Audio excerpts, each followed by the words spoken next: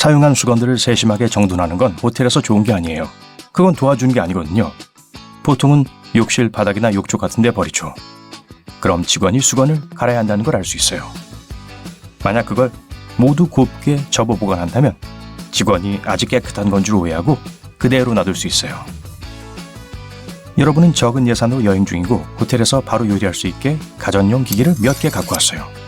별건 아니지만 콘센트가 하나밖에 없고 전기포트에 계란을 좀 삶고 싶다면 하지 마세요. 우선 여러분은 콘센트의 용량이 얼마인지 모릅니다. 이게 심지어 호텔의 화재 경보기를 울릴 수도 있어요. 그냥 샌드위치 같은 걸 먹으세요. 물론 라면물은 끓일 수 있지만 갓 구워 바삭한 토스트가 먹고 싶다면 절대로 다리미로 만들려고 하지 마세요. 말도 안 되는 소리 같지만 사람들은 심지어 얼음 피자를 헤어드라이기로 데우려고 했어요. 어떻게 됐냐고요? 결국 다른 호텔과 진짜 식당을 알아봐야죠. 항상 조식이 포함되어 있는 호텔을 선택하세요. 보통 근처 식당에서 아침을 먹는데 비용이 더 많이 들며 게다가 여러분은 어디로 가야 할지도 모를 거예요.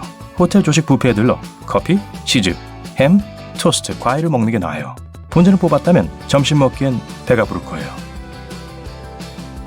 가끔 호텔 방이 여러분이 생각했던 것보다 훨씬 더 클 때가 있어요. 혼자 여행하는데 침대가 2개라면 둘 다 쓰지 마세요. 그건 호텔 직원들에게 불필요한 일을 더 만드는 거예요.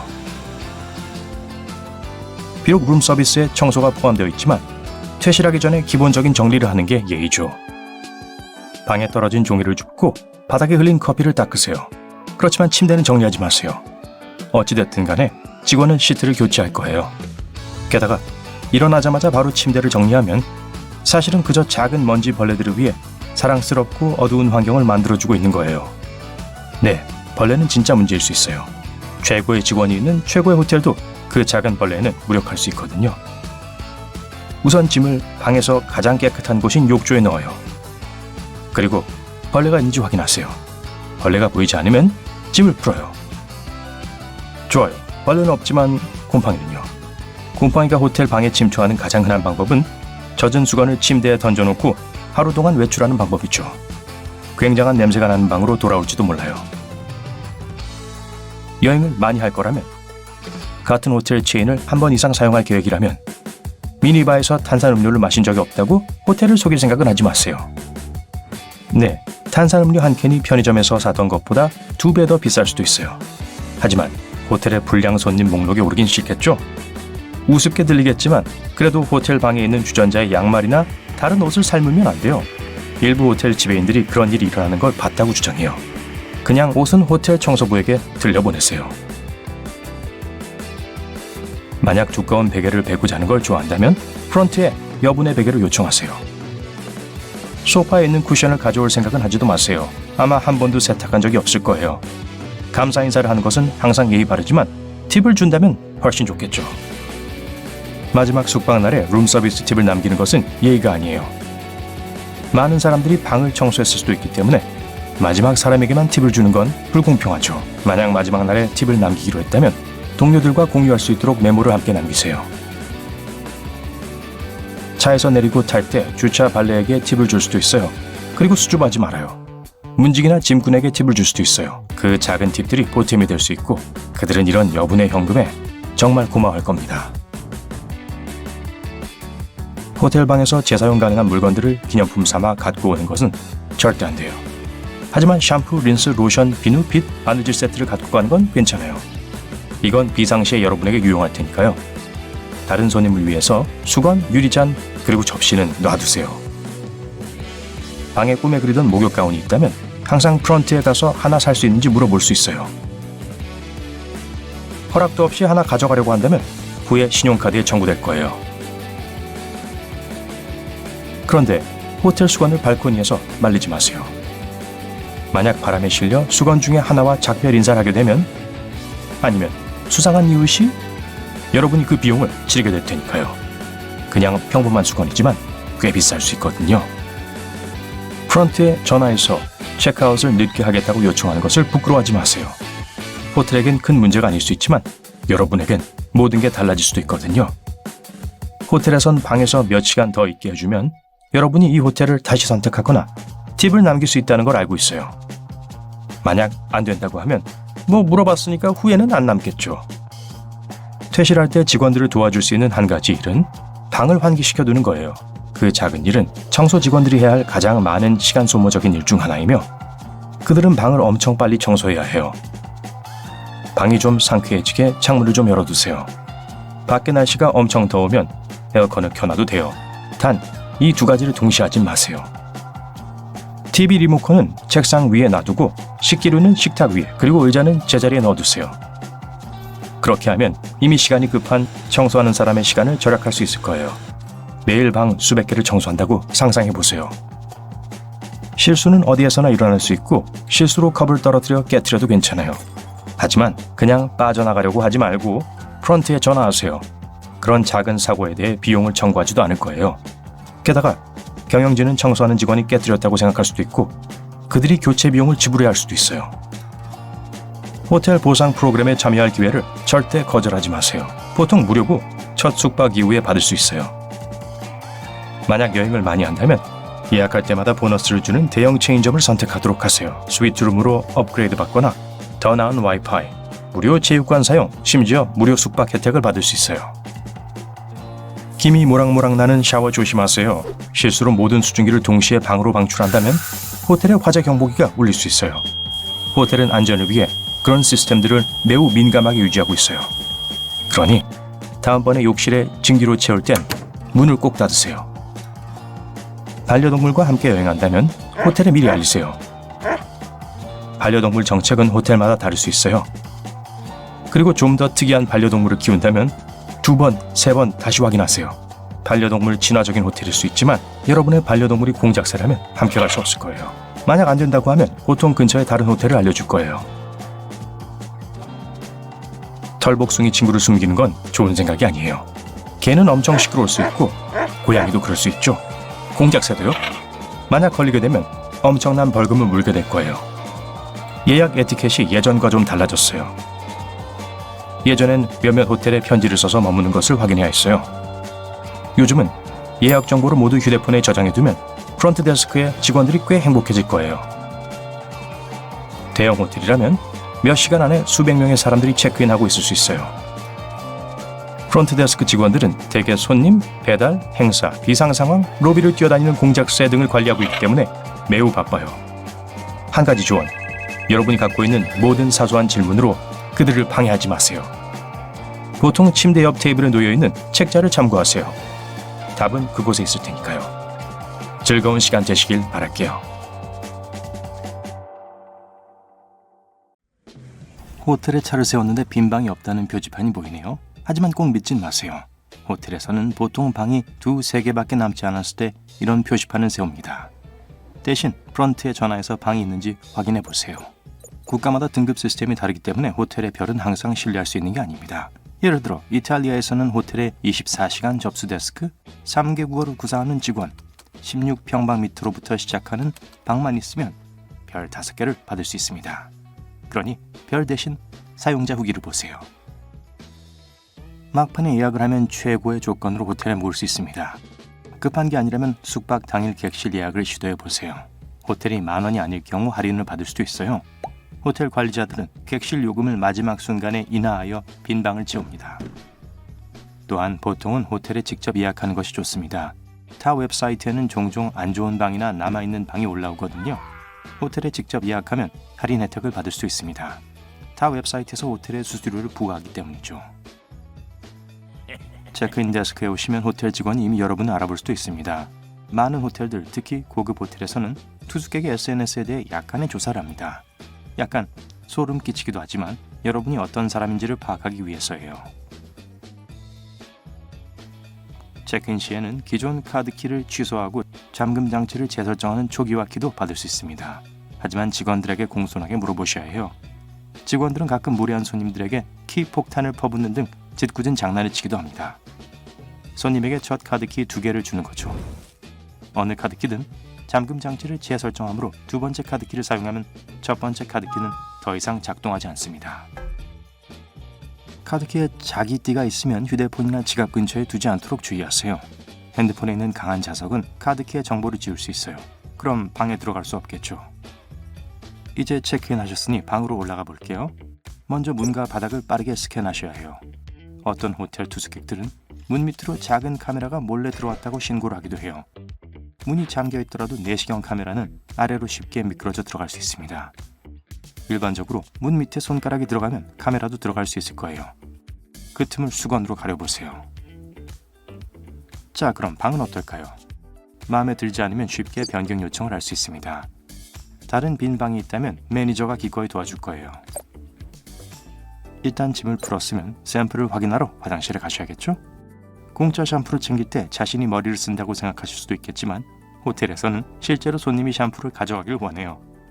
샘플에는 호텔 로고가 들어가 있기 때문에 집에 두면 기본적으로 무료로 호텔 광고를 해주는 셈이죠. 하지만 목욕 가운과 수건은 이야기가 다릅니다. 많은 호텔에서는 도난품을 추적할 수 있도록 무선 주파수 칩을 추가하고 있어요. 치약은 호텔방 화장실에서 찾을 수 없는 물건 중 하나입니다. 저가 호텔의 경우 치약이 의료용품으로 분류되어 있어서 비치하기엔 비용이 너무 드는 경우가 있어요. 고급 호텔의 경우엔 그 반대입니다. 근사한 방에 어울리는 멋진 치약 회사를 찾는데 애를 먹는다고 해요. 가끔 변기 옆에 뜬금없이 전화기가 놓여있는 걸 보실 수도 있을 거예요.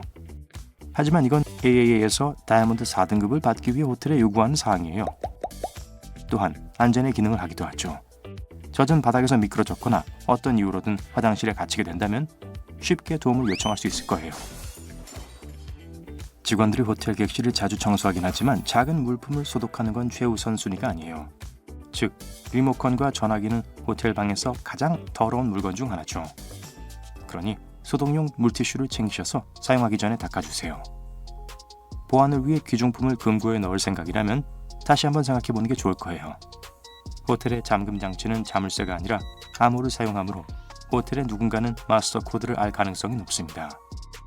그리고 이 정보를 또 누가 입수하게 될지 누가 알겠어요? 이불을 바닥에 던져버리는 것도 좋을 거예요. 정기적으로 시트를 빨긴 하지만 이불은 그렇지 않을 수도 있어요. 어떤 호텔에서는 매주 세탁을 하지만 어떤 호텔은 신경도 안 써요. 왜? 유감이지만 시트도 마찬가지일 수 있어요. 대부분의 고급 호텔은 시트를 매일 교체하지만 저가 호텔 다수는 투숙객이 체크아웃한 후에도 베개나 침구를 교체하지 않습니다.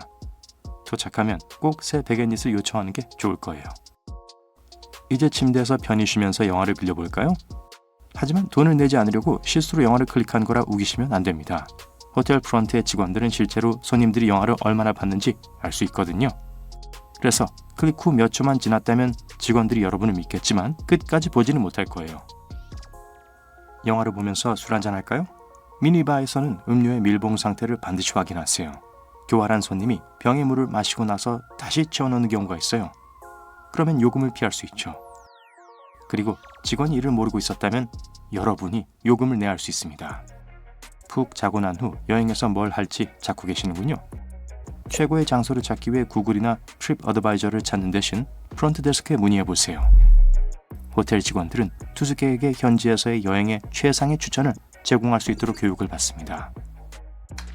외출하는 동안 객실에서 벌어진 건 청소만이 아닐 수 있어요. 때때로 하우스키퍼가 피곤하고 시간이 충분하면 침대에서 낮잠을 잘 수도 있어요. 청소할 때 방이 어지러운 상태라면 직원이 짐을 옮겨야 합니다. 사실 청소를 하기 위해서는 물건에 손을 대야 하기 때문에 이를 원하지 않는다면 방해 금지라는 표지판을 걸어두거나 직접 청소를 하세요. 또한 방 안에 잔은 제대로 닦여 있지 않기 때문에 욕실에 있는 잔으로는 뭘 마시지 않는 것이 좋을 거예요. 어떤 직원들은 잔에 티끌 하나 없어 보이도록 소독제나 가구 광택제를 사용하기도 합니다. 또 하우스키퍼들이 항상 진공 청소기로 청소하는 건 아니에요. 가끔은 큰 부스러기들을 주워 담고 청소를 마무리할 수도 있어요. 직원들에게 잘 대해주세요. 대부분의 호텔 직원들은 친절한 얼굴로 손님들에게 업그레이드나 무료 선물을 주고 싶어해요. 필수는 아니지만 미소가 큰 도움이 될 거예요. 팁도 항상 도움이 돼요. 체크아웃 시간인데 일찍 나가야 해서 아침을 먹지 못하게 됐다고요? 숙박비에 아침 식사가 포함되어 있다면 직원이 포장 상자를 준비해 줄 수 있어요. 하지만 전날 밤에 미리 알려주셔야 해요. 그리고 나가는 길에 바닥을 보세요. 카페트죠? 대부분의 호텔에는 카페트가 깔려 있습니다.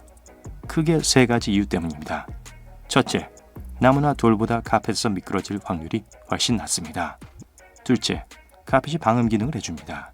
셋째, 카펫 교체는 훨씬 쉽고 저렴해 호텔의 비용 효율이 높습니다. 다음 휴가 준비를 다 했는데 막판에 출근해야 한다는 연락을 받으셨다니 악몽이네요. 전부 다 예약을 해서 그 성가신 막판 취소 수수료를 물어야 할 것 같거든요. 호텔에 전화해서 예약 날짜를 변경해달라고 해보세요. 그리고 그 새로운 예약을 취소하면 요금이 면제될 가능성이 있습니다. 호텔도 하루 평균 노쇼 비율이 약 10%에 달하기 때문에 보통 예약을 초과해 받습니다. 그러니 예약한 객실을 실제로 이용하지 못할 가능성도 있다는 뜻이에요. 호텔에 왔는데 빈 방이 없으면 다른 곳에 묵으셔야겠죠. 하지만 기본적으로 그 호텔에서 같은 지역에 있는 비슷한 호텔의 숙박비를 지불해줘야 해요. 대부분의 호텔에서는 신용카드 결제만 받습니다. 성가실 수 있지만 이는 고객으로부터 대금을 확실히 받기 위함이에요.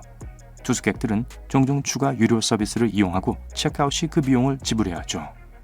체크카드로 이 요금을 충당할 돈이 충분하지 않다면 호텔에서 이 돈을 받을 수 있는 유일한 방법은 여러분을 고소하는 겁니다. 변호사들이 별도의 수수료를 받고 올 거예요. 호텔에서는 알 수 없는 물건이 엄청나게 많이 남아 있습니다. 포르투갈의 한 호텔에서는 한 직원이 심지어 상어가 남겨져 있는 걸 발견한 적도 있어요. 어떻게 거기까지 오게 되는지는 전혀 알 수 없었지만 그 상어는 결국 안전하고 건강하게 자연 서식지로 돌아갔어요. 다시 한번 말씀드리지만 화장실에 처음 들어갈 때는 꼭 조심하세요. 호텔은 확실히 많은 사람들이 매일 머무는 장소입니다. 그리고 모든 호텔이 원칙대로 청결에 신경을 쓰는 건 아니에요. 배드버그나 다른 해충들이 존재할 수도 있죠. 알아차렸을 때는 너무 늦을 거예요. 그러니까 이렇게 해보세요. 호텔에 도착해서 방을 열면 서둘러 짐을 풀지 마세요. 특히 침대 위에서요. 모든 옷을 선반 같은 곳에 올려놓으세요. 그리고 일단 가방을 욕조에 넣고 방에 성가신 벌레들이 있는지 확인해보세요. 러그, 소파 쿠션 등 해충이 살 수 있는 모든 장소를 확인해보세요. 이 과정을 다 마친 후에만 가방을 욕조에서 꺼내고 짐을 푸세요. 욕조는 어떤 벌레도 살 수 없기 때문에 가장 안전한 장소입니다. 그러니까 당연히 여러분이 보고 있지 않을 때 그 어떤 벌레도 짐에 기어 들어가지 않을 거예요. 그나저나 그 이불은 당장 바닥에 던져버리는 게 좋을 거예요. 시트는 정기적으로 교체될 수 있지만 이불은 그렇지 않습니다. 어떤 호텔들은 일주일 정도마다 세탁을 하지만 어떤 호텔들은 신경도 안 써요. 침구도 마찬가지입니다. 대부분의 고급 호텔들은 매일 시트를 교체하지만 저렴한 호텔 다수는 손님이 체크아웃한 후 베개나 침구를 바꾸지 않습니다. 도착하면 새 베갯릿을 요청하는 게 좋을 겁니다. 화장실의 유리잔도 제대로 닦지 않은 경우가 많기 때문에 사용하지 않는 게 좋아요.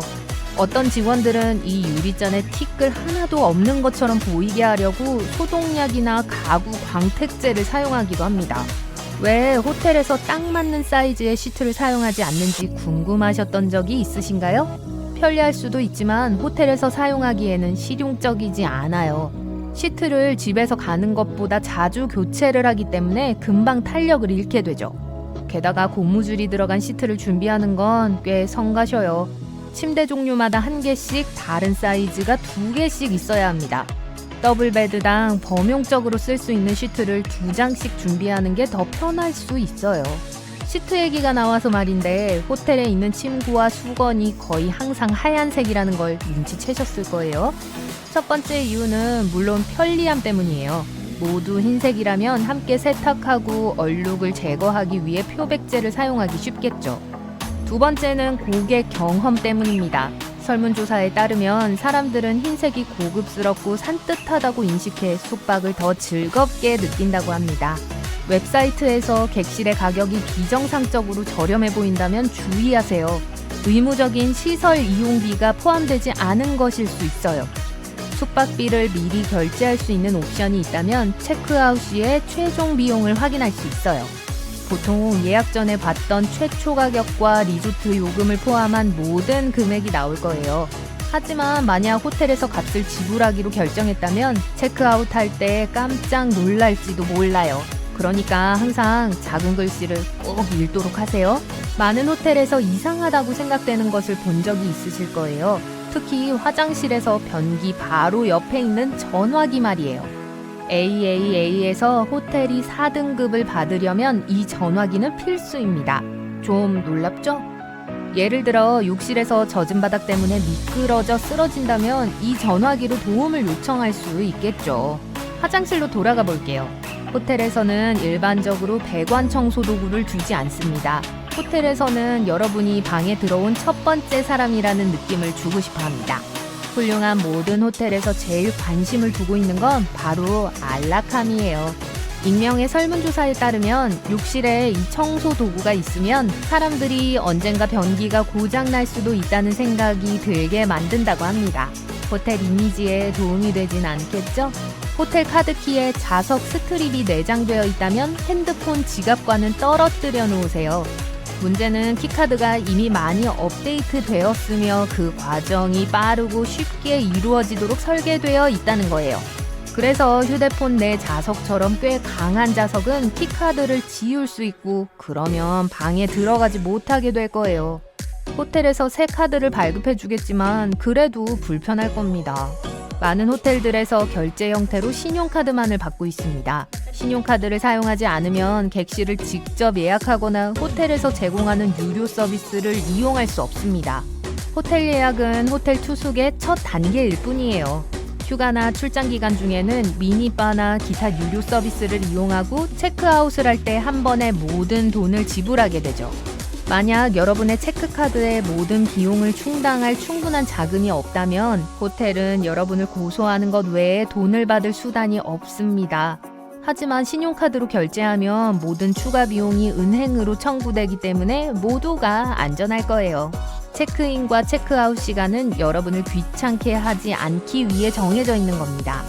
예약한 객실에서 쉬는 손님을 불쑥 찾아가지 않고 호텔 직원이 청소 후 다음 투숙객의 도착에 대비할 수 있도록 하는 조치예요.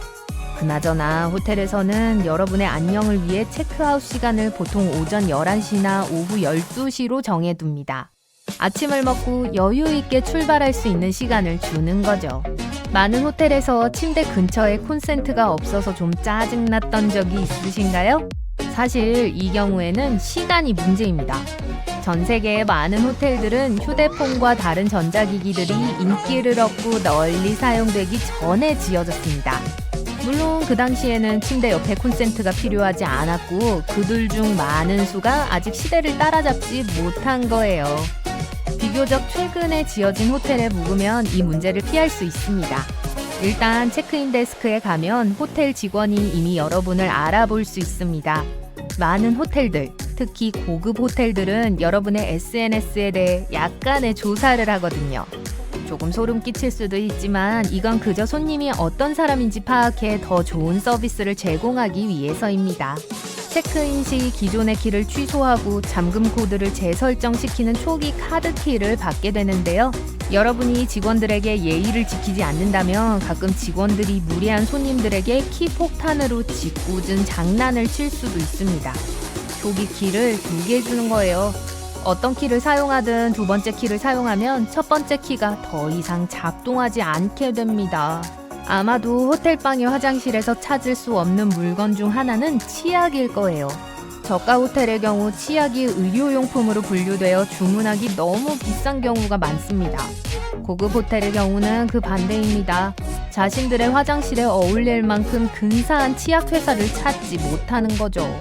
직원들이 호텔 객실을 자주 청소하지만 작은 물품들을 소독하는 건 그들의 최우선 순위가 아닙니다. 리모컨과 핸드폰은 호텔방에서 가장 더러운 물건 중 하나예요. 그러니까 사용하시기 전에 소독용 물티슈로 닦아주세요. 만약 안전을 위해 귀중품을 금고에 넣어둘 생각이라면 다시 한번 생각해보는 것이 좋을 거예요. 호텔 자물쇠는 자물쇠 대신 비밀번호를 사용하기 때문에 호텔에 있는 누군가가 마스터 코드를 알 가능성이 높아요. 그리고 이 정보를 누가 손에 넣을 수 있을지는 아무도 모릅니다. 호텔들은 보통 하루 평균 노쇼 비율이 10% 정도이기 때문에 초과 예약을 받습니다. 즉, 여러분이 예약한 방을 실제로 얻지 못할 수 있다는 뜻이에요. 여러분이 나타났는데 빈 방이 없다면 그냥 걸어 나가야 할 확률이 높습니다. 대신 원래 예약한 호텔이 그 지역에 있는 다른 유사한 호텔의 방값을 지불해야 하죠. 아실지는 모르겠지만 호텔 객실에는 놀라운 양의 물건이 남아 있습니다. 포르투갈의 한 호텔에서는 한 직원이 심지어 남겨진 상어를 발견하기도 했습니다. 어떻게 그 상어가 호텔에 오게 되었는지 전혀 알지 못하지만 상어는 마침내 안전하고 건강하게 자연 서식지로 돌아갔습니다. 전부는 아니더라도 대부분의 호텔에는 바닥에 카펫이 깔려 있습니다. 여기에는 몇 가지 이유가 있어요. 우선 안전 때문입니다. 나무나 타일 바닥보다 카펫에서 미끄러졌을 때 넘어질 가능성이 훨씬 적습니다. 두 번째로 방바닥 전체를 바꾸는 것보다 손상된 카펫을 교체하는 것이 더 빠르고 저렴하기 때문에 비용적으로 훨씬 더 효율적입니다. 그리고 마지막으로 카펫은 방음 기능을 더해줍니다. 만약 지나치게 활동적인 이웃이 있다면 정말 도움이 되겠죠. 대륙이라는 뜻의 컨티넨탈 아침 식사가 무엇이며 왜 그런 이름이 붙었는지 궁금했던 적이 있으신가요? 사실 이 이름은 섬나라인 영국에서 붙은 것입니다. 즉 유럽 대륙에서 먹는 아침 식사를 의미하죠. 페이스트리, 다양한 토핑을 얹은 얇게 썬 빵, 고기, 치즈, 과일 주스, 뜨거운 음료가 주 메뉴입니다. 자, 왜 사람들은 신발에 굽을 붙이기로 했을까요? 결혼은 부족했던 걸까요? 굽의 발명은 10세기까지 거슬러 올라가는데 원래 목적은 승마를 더 편하게 하기 위해서였어요. 낮은 굽은 발을 등자에 더 잘 고정해줘서 미끄러지는 걸 방지해주거든요. 오랜 세월이 흐른 후 17세기까지 굽이 있는 신발은 유럽에서 유행이 되었어요. 사람들은 자신이 말을 가지고 있다는 걸 보여주기 위해 이런 신발을 착용했어요. 자신이 부자라는 걸 보여주는 것이죠. 터보 껌을 아시나요? 모양이 아주 특이한데요. 경주용 자동차 타이어 자국처럼 보이도록 껌의 모양을 디자인했다고 해요. 10, 9, 8, 7 카운트다운은 우주공학자들이 발명한 게 아닙니다. 1929년 오스트리아, 독일계 미국인 영화감독 프리츠 랑이 만든 것이죠. 그의 영화 중 하나에 카운트다운이 들어가는 장면이 있었어요. 그리고 나서 나사에서 그것을 훔치기로 사용하기로 했어요. 이빨이 나 있는 이런 모양의 국자가 있으신가요? 가운데 구멍 보이시죠? 이건 파스타를 꺼낼 때 쓰는 게 아니에요. 이 원을 사용하여 한 사람에게 적정한 양을 알 수 있어요. 구멍에 들어가는 스파게티 양은 표준적인 1인분이에요. 3명을 위해 스파게티를 얼마나 많이 삶아야 하는지 골치가 아플 필요가 없어요. 이 숟가락으로 재면 되니까요. 슈퍼마켓에서 달걀을 사려고 하시는군요. 하얀 달걀과 갈색 달걀 중에 어떤 것이 더 나을지 결정하느라 애를 쓰신다고요? 이 둘 사이에는 사실상 아무런 차이가 없어요. 달걀의 색깔은 닭의 품종에 따라 다릅니다. 닭은 2가지 다른 색소를 생산해요. 계란의 영양 성분은 거의 같기 때문에 어떤 색깔의 달걀을 드셔도 괜찮아요. 그런데 갈색 달걀과 흰 달걀 중 무엇이 먼저일까요? 아닙니다. 치약은 완두콩만큼 짜서 양치를 해도 충분합니다. 하지만 마케팅을 위해 광고에서는 칫솔 전체에 치약을 발라야 한다고 보여줘요. 회사에서는 여러분이 새 칫솔을 더 자주 사기를 원할 테니까요. 이산화탄소, 증기, 연료의 응축 덕분에 비행기는 파란 하늘에 하얀 선을 남깁니다. 겨울에는 입에서 김이 나오는데 여기도 같은 원리가 작용됩니다. 비행기가 나는 고도는 항상 얼음장처럼 추워요. 그리고 배기가스와 뜨거운 공기가 터빈에서 나오죠. 그 공기가 차가운 공기와 충돌할 때 빽빽한 수증기를 만들어냅니다. 주방들의 큰 모자는 주방에서의 지위를 나타냅니다. 굽과도 같죠. 주방장은 가장 큰 모자를 씁니다. 덕분에 직원들 사이에서는 주방에서 쉽게 찾을 수 있어요. 모자 위의 주름은 요리사가 계란을 요리할 수 있는 방법을 몇 개나 아는지 보여줘요. 물론 현대의 주방에서는 이러한 전통을 계속 고수하진 않아요. 하지만 모자는 여전히 필수품입니다. 모자 덕분에 음식에 머리카락 하나도 빠지지 않은 거니까 다행이죠. 의사들도 같은 이유로 모자를 씁니다. 수술 중에 환자의 음식에 머리카락이 떨어지면 안 되니까요. 아니요, 그런 음식은 없어요. 제가 지어낸 겁니다. 사람들은 모든 것을 감시하기 위해 가게, 은행, 병원에 카메라를 설치합니다. 만약 무슨 일이 생기면 경찰이나 구조대를 부를 수 있죠. 카메라는 많은 문제를 해결하는데 큰 도움을 줍니다. 그런데 왜 비행기에는 카메라가 없나요? 승무원들은 비행기에서 질서를 담당합니다. 하지만 심각한 일이 생기면 아무것도 알 수가 없을 거예요. 게다가 비행기 안에서는 도망칠 곳이 없어요. 그러니 비행 중에는 카메라가 무용지물일 겁니다. 그리고 비행 후 승객들의 증언은 카메라를 충분히 대신할 수 있어요. 그러니까 카메라가 별 소용이 없다면 굳이 카메라를 사는데 돈을 쓸 필요가 없겠죠. 거의 모든 호텔에는 침대 시트가 있습니다. 호텔에서는 방이 얼마나 청결한지를 보여주기 위해 특별히 이 색을 선택한 거예요. 시트가 하얗고 밝을수록 호텔은 더 고급스러워 보입니다. 흰색 천에는 흙과 얼룩이 묻은 게 훨씬 잘 보이잖아요. 그러니 지금 들어간 방이 청소되었다는 증거와도 같습니다. 컴퓨터 마우스는 왜 이름이 마우스일까요? 1968년 스탠포드 연구소의 더글라스 앵겔바트는 처음으로 컴퓨터 마우스를 선보였습니다. 그는 왜 이걸 마우스라고 이름 붙였는지 이유를 기억하지 못했어요.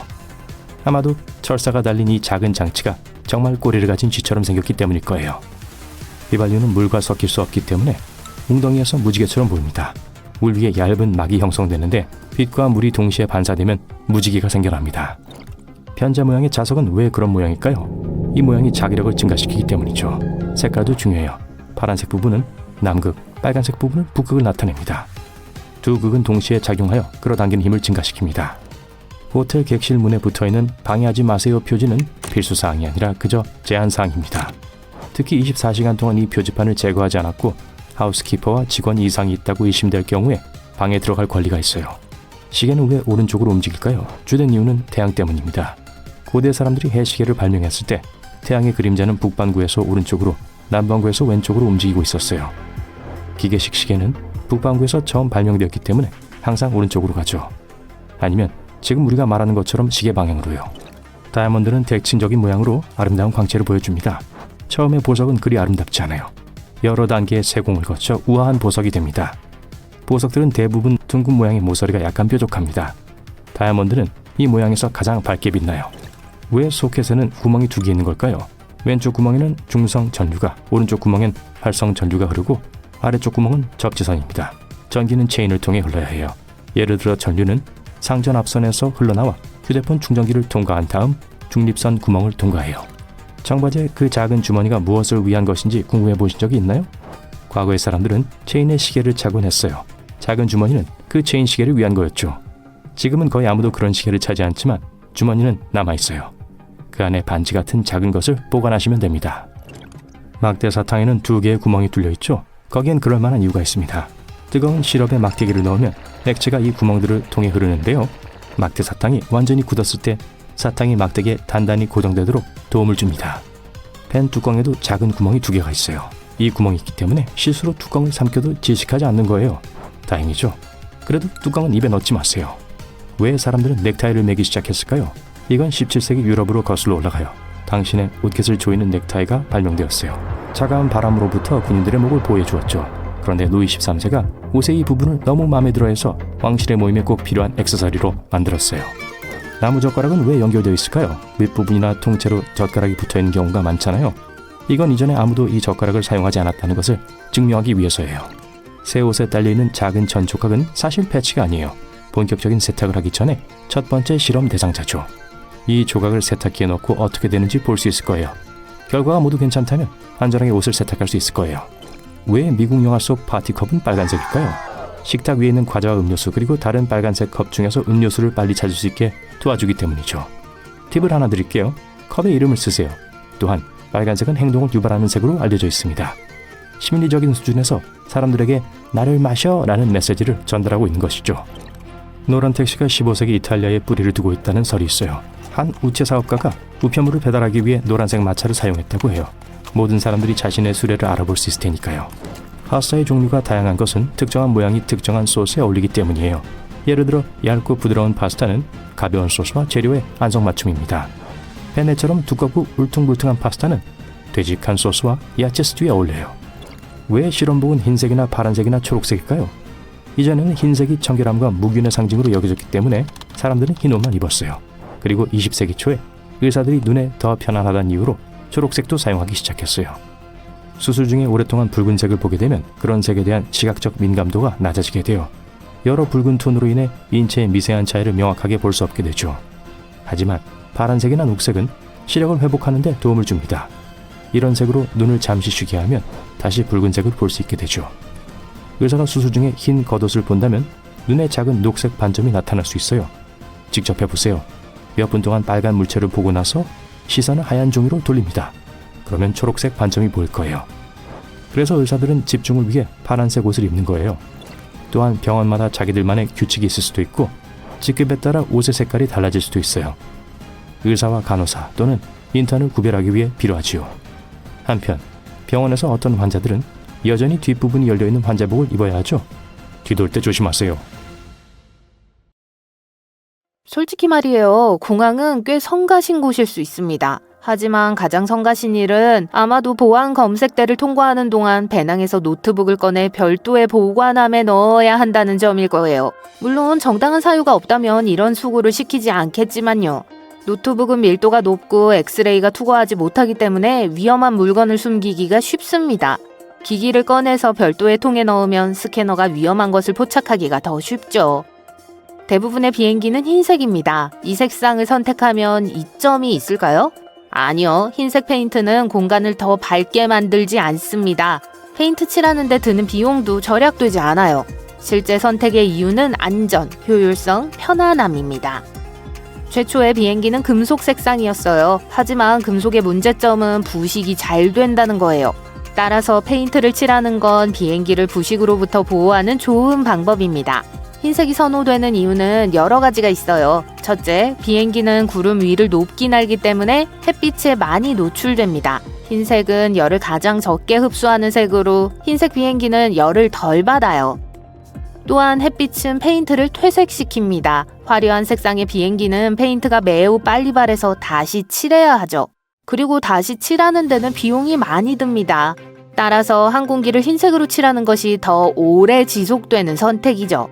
또한 흰색 표면에서는 손상이 더 쉽게 눈에 띈다는 것도 흰색을 선택하는 또 하나의 이유가 됩니다.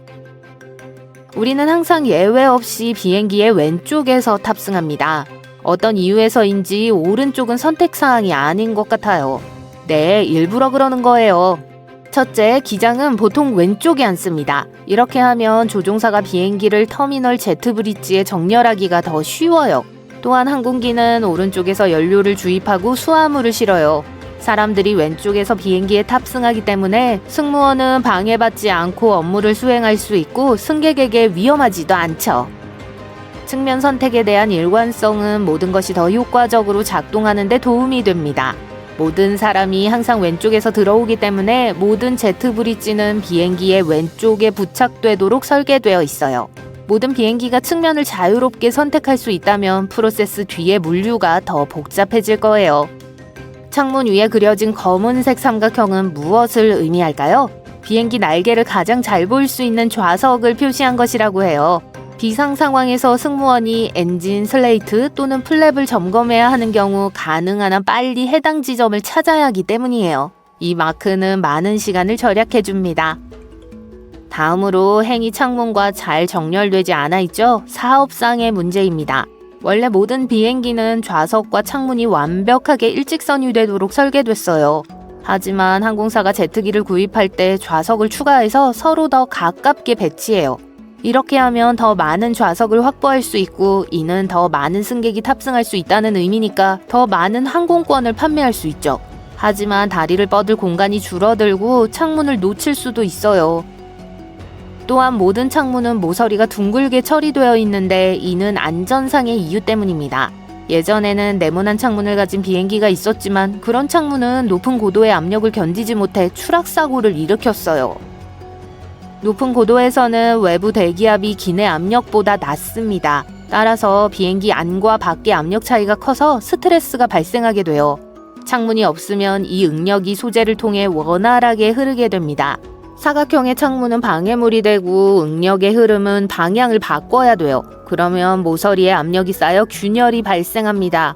결과적으로 이러한 창문은 깨져요. 타원형 창문은 스트레스를 너무 많이 방해하지 않고 스트레스가 집중되는 것을 방지하면서 더 원활하게 흐르도록 합니다. 따라서 타원형 창문이 더 안전해요. 생산에 사용되는 유리는 늘어난 아크릴 유리이며 3개의 개별 창이 있습니다.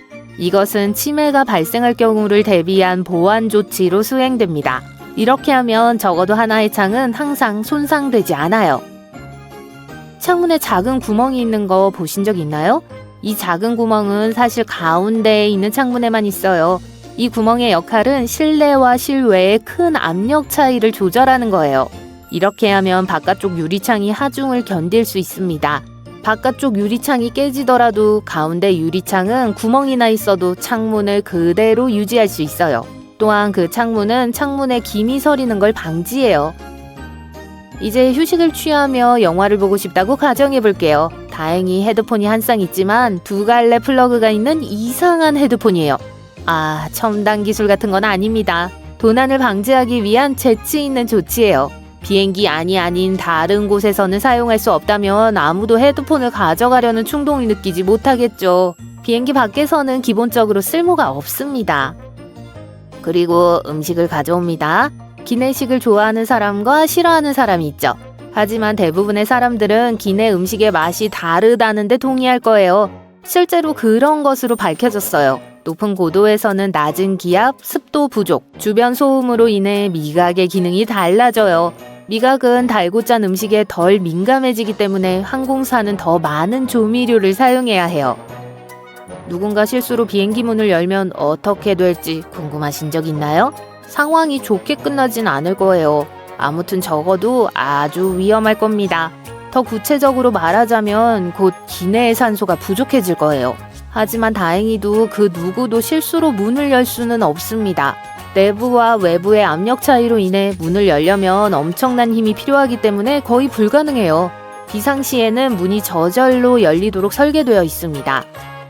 안전과 관련해서 이착륙 시 승무원은 기내 조명을 어둡게 합니다. 이렇게 하면 비상시 모든 것을 더 선명하게 볼 수 있기 때문이에요. 눈이 어둠에 익숙해지면 대피하기가 더 쉬워져요. 이제 파일럿에 대해 알아봅시다. 그들은 항상 멋진 선글라스를 착용하죠. 하지만 그 목적이 더 멋지게 보이기 위한 건 아니에요. 선글라스는 눈을 보호하는 데 사용돼요. 조종사는 비행을 하는 내내 시력을 관리해야 해요. 하지만 문제는 조종사에게 시력 관리가 쉬운 일이 아니라는 거예요. 태양이 방출하는 유해한 태양 복사는 지구대기에 의해 걸러지기 때문에 대부분의 시간을 지상에서 보낸다면 햇빛이 눈에 크게 해롭지 않습니다. 하지만 하늘 위는 달라요. 공기가 적고 밝기가 훨씬 더 높습니다. 고도가 305m 높아질 때마다 태양 복사열은 약 5% 더 강해져요. 평균적으로 항공기는 1700m 고도에서 비행합니다. 자외선 복사량이 지상보다 175% 더 많다는 이야기죠. 이는 사람의 시력에 매우 해롭습니다. 조종사는 공중에서 보내는 시간이 길기 때문에 다양한 눈 질환에 취약할 수밖에 없어요. 그리고 눈 문제가 생기면 조종사 경력을 잃을 수도 있습니다. 따라서 선글라스를 착용하는 건 매우 중요한 일이고 선글라스는 최고의 품질이어야 합니다.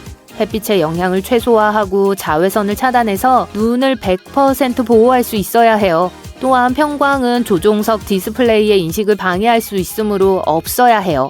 선글라스는 최상의 선명도를 제공하고 눈의 피로를 줄여주며 색상 변형을 최소화해서 조종사가 선글라스를 착용하지 않은 상태와 똑같이 볼 수 있어야 해요.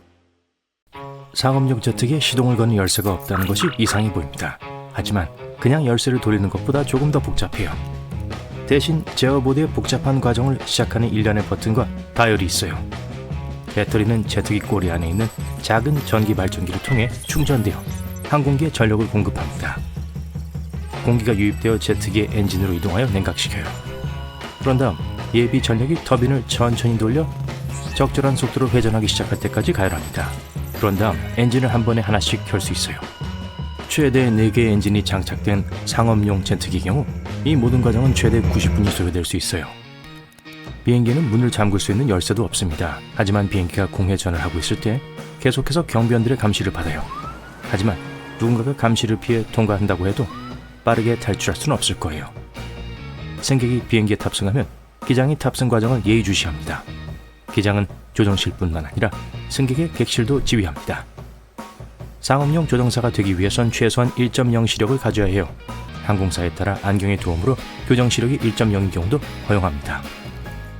비행기에서 좌석을 찾아야 합니다.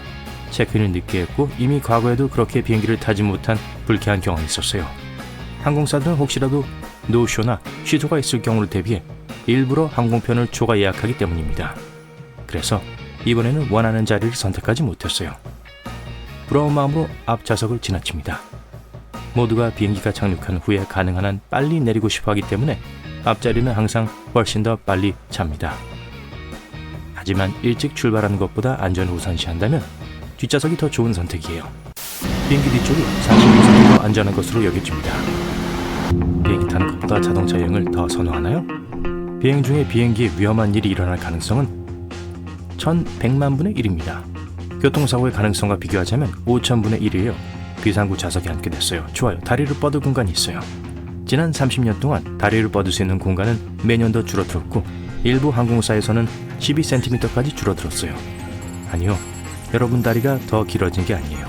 그 이유는 비행기에 더 많은 사람들을 태울수록 항공사가 더 많은 돈을 벌기 때문입니다. 항공사는 직접 항공기를 제작하지 않고 공장에서 만들어진 비행기를 사용해요. 거기서부터 각 항공사는 자체 좌석 구조를 결정합니다. 그래서 좌석이 창문과 일렬로 정렬되지 않는 이유예요. 하지만 그건 중요하지 않아요. 여러분은 제일 좋은 자리에 앉았어요. 항상 비상구 옆에 앉을 때 약간 걱정이 되긴 하지만요. 혹시 잠든 사이에 실수로 문을 건드려서 열기라도 하면 어쩌죠? 진정하세요. 비행 중에 이 문을 여는 것은 사실 불가능합니다. 내부의 공기 압력이 실내의 모든 평방인치를 밀어냅니다. 문 자체에서 이 압력은 929평방센티미터마다 453kg에 해당해요. 하지만 자는 동안 헐크와 같은 힘이 생겼다고 해도 여전히 문을 닫게 하는 일련의 전기적, 기계적 장치들이 있기 때문에 문을 열 수는 없을 거예요. 문이 열리는 순간 추가 조치가 중요한데 전체 실내 온도가 빠르게 떨어지기 때문이에요. 압력의 급격한 변화는 비행기 구조를 약화시킬 거예요. 이륙할 시간이 되니 전화기를 끄라고 합니다. 꼭 그래야만 할까요? 10%의 사람들이 전화를 끄지 않고 심지어 비행기 모드로 설정하지 않는다고 인정했어요. 휴대폰은 문제를 일으킬 수 있지만 우리가 생각하는 것처럼 전자장치를 방해하지는 않습니다. 공중을 비행하는 동안 휴대전화가 지상의 여러 타워에서 신호를 수신하여 조종사들을 산만하게 할 수 있다는 진정한 우려가 있어요. 그러니까 조종사들을 도와주는 셈치고 전화기를 끄도록 하세요. 비행기는 12km 상공에 도달했고 귀가 먹먹해지고 안전벨트 착용 사인은 꺼졌습니다. 승무원은 팔을 바깥쪽으로 뻗은 채 통로로 걸어가요. 이렇게 좁은 통로 안에서 균형을 잡는 데 도움이 되기 때문에 이렇게 걸어요. 승객들에게 방해가 되지 않도록 하기 위해 좌석의 머리 받침대를 사용하지 않습니다. 그리고 갑작스러운 난기류에 대비하여 머리 위에 짐칸 아래에 특별한 붙잡는 장소가 있어요. 50만 명의 사람들이 이 순간 비행기로 여행하고 있다고 추정됩니다. 그래서 지금 여러분은 세계 인구의 0.1%에 해당하는 특별한 그룹의 일원이에요. 창밖을 내다보자 하얀 날개가 보여요. 비행기는 태양 복사를 반사한 것을 돕기 위해 흰색과 다른 밝은 색으로 칠해져 있습니다. 이건 비행기가 받는 열의 양을 줄임으로써 태양으로 인한 피해를 회피해요.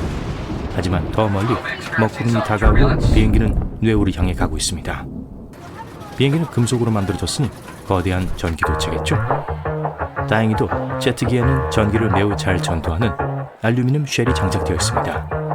실내는 번개로부터 완전히 보호되어 전기 시스템을 보호하고 탄소 기반 포유류인 우리를 다치지 않게 해요. 비행기는 전기 폭풍에 완벽하게 대비하도록 만들어졌기 때문에 가장 안전한 곳 중 하나입니다. 1960년대 이후로 폭풍으로 인한 큰 사고는 없었어요. 목이 말라요. 물을 가져왔어야 했다고 생각합니다. 항공기가 각 위치에 착륙할 때 물을 보충합니다. 비행기의 수질은 물이 어디에 담기느냐에 따라 달라요. 많은 것들이 모든 공항의 수질에 기여합니다. 물 캐비는 트럭, 카트, 호스는 모두 다른 기준을 갖고 있을 수 있어요. 2019년에 항공사의 물 연구는 대부분의 항공사들이 깨끗한 물을 제공하지 않고 있다는 것을 발견했습니다. 그래서 일반적으로 권장되는 것은 밀폐된 병에 물만 마시고 차도 피하는 거예요. 하지만 음식은 괜찮아요. 자리에 앉았을 때 좀 춥다는 걸 알게 돼요. 솔직히 말하면 정말 추워요. 온도가 의도적으로 21도로 설정된 것은 그럴 만한 이유가 있습니다. 사람들이 실신하게 되는 것은 충분한 산소를 공급받지 못하기 때문이에요. 그리고 따뜻한 공기와 높은 실내 압력이 섞이면 기절한 일이 더 흔해집니다. 그래서 차가운 공기가 산소를 필요로 하는 사람들을 돕고 승객들은 편안함을 위해 담요를 제공받아요. 담요가 몸을 따뜻하게 하지만 건조한 공기가 코를 통해 흐르면서 입술과 눈을 마르게 합니다. 하지만 걱정하지 마세요. 공기는 완전히 안전하고 매우 깨끗하니까요. 공기의 40%는 재활용되고 모든 먼지의 공기 중에 떠다니는 박테리아를 제거하기 위해 철저한 정화 시스템을 거칩니다. 나머지 60%는 외부에서 옵니다. 공기 중의 습도가 매우 낮아져서 불편함을 느끼는 거예요. 밖은 어두워졌고 비행기가 착륙하기 시작하면서 불빛이 어두워집니다. 어두운 불빛은 조종사나 승무원이나 공항에 있는 사람들을 위한 것이 아니에요. 승객들을 위한 거죠. 어두울 때 착륙하던 중에 뭔가 잘못되면 비상탈출을 시도해야 해요. 어두운 불빛은 눈이 적응하는 것을 돕고 어두운 곳에서 출구 쪽으로 더 쉽게 따라갈 수 있도록 도와줍니다. 하지만 운 좋게도 오늘은 그럴 필요가 없어요. 여행이 끝났거든요. 우선 세균이 어디에나 있고 사람들이 세균을 제거하는 것은 불가능하다는 걸 이미 알고 계실 거예요. 이 작은 생명체들은 우리의 면역 체계를 훈련시킵니다. 우리의 유기체가 끊임없이 박테리아를 상대하고 보호 기술을 향상할 때 우리는 더 강해집니다. 그러니까 이제 보게 될 것에 대해 걱정하지 마세요. 박테리아와 미생물이 좋아하는 장소 중 하나인 호텔 객실에 오신 것을 환영합니다. 네, 호텔방은 매우 깨끗해 보이지만 어떤 면에서는 쓰레기 더미보다 더 위험합니다. 쓰레기 매립장에는 모든 것이 더럽고 무엇이든 만지는 것을 두려워합니다. 하지만 호텔방의 먼지는 거의 보이지 않아요. 세균이 여기서 여러분을 기다리고 있습니다. 게다가 아주 많아요.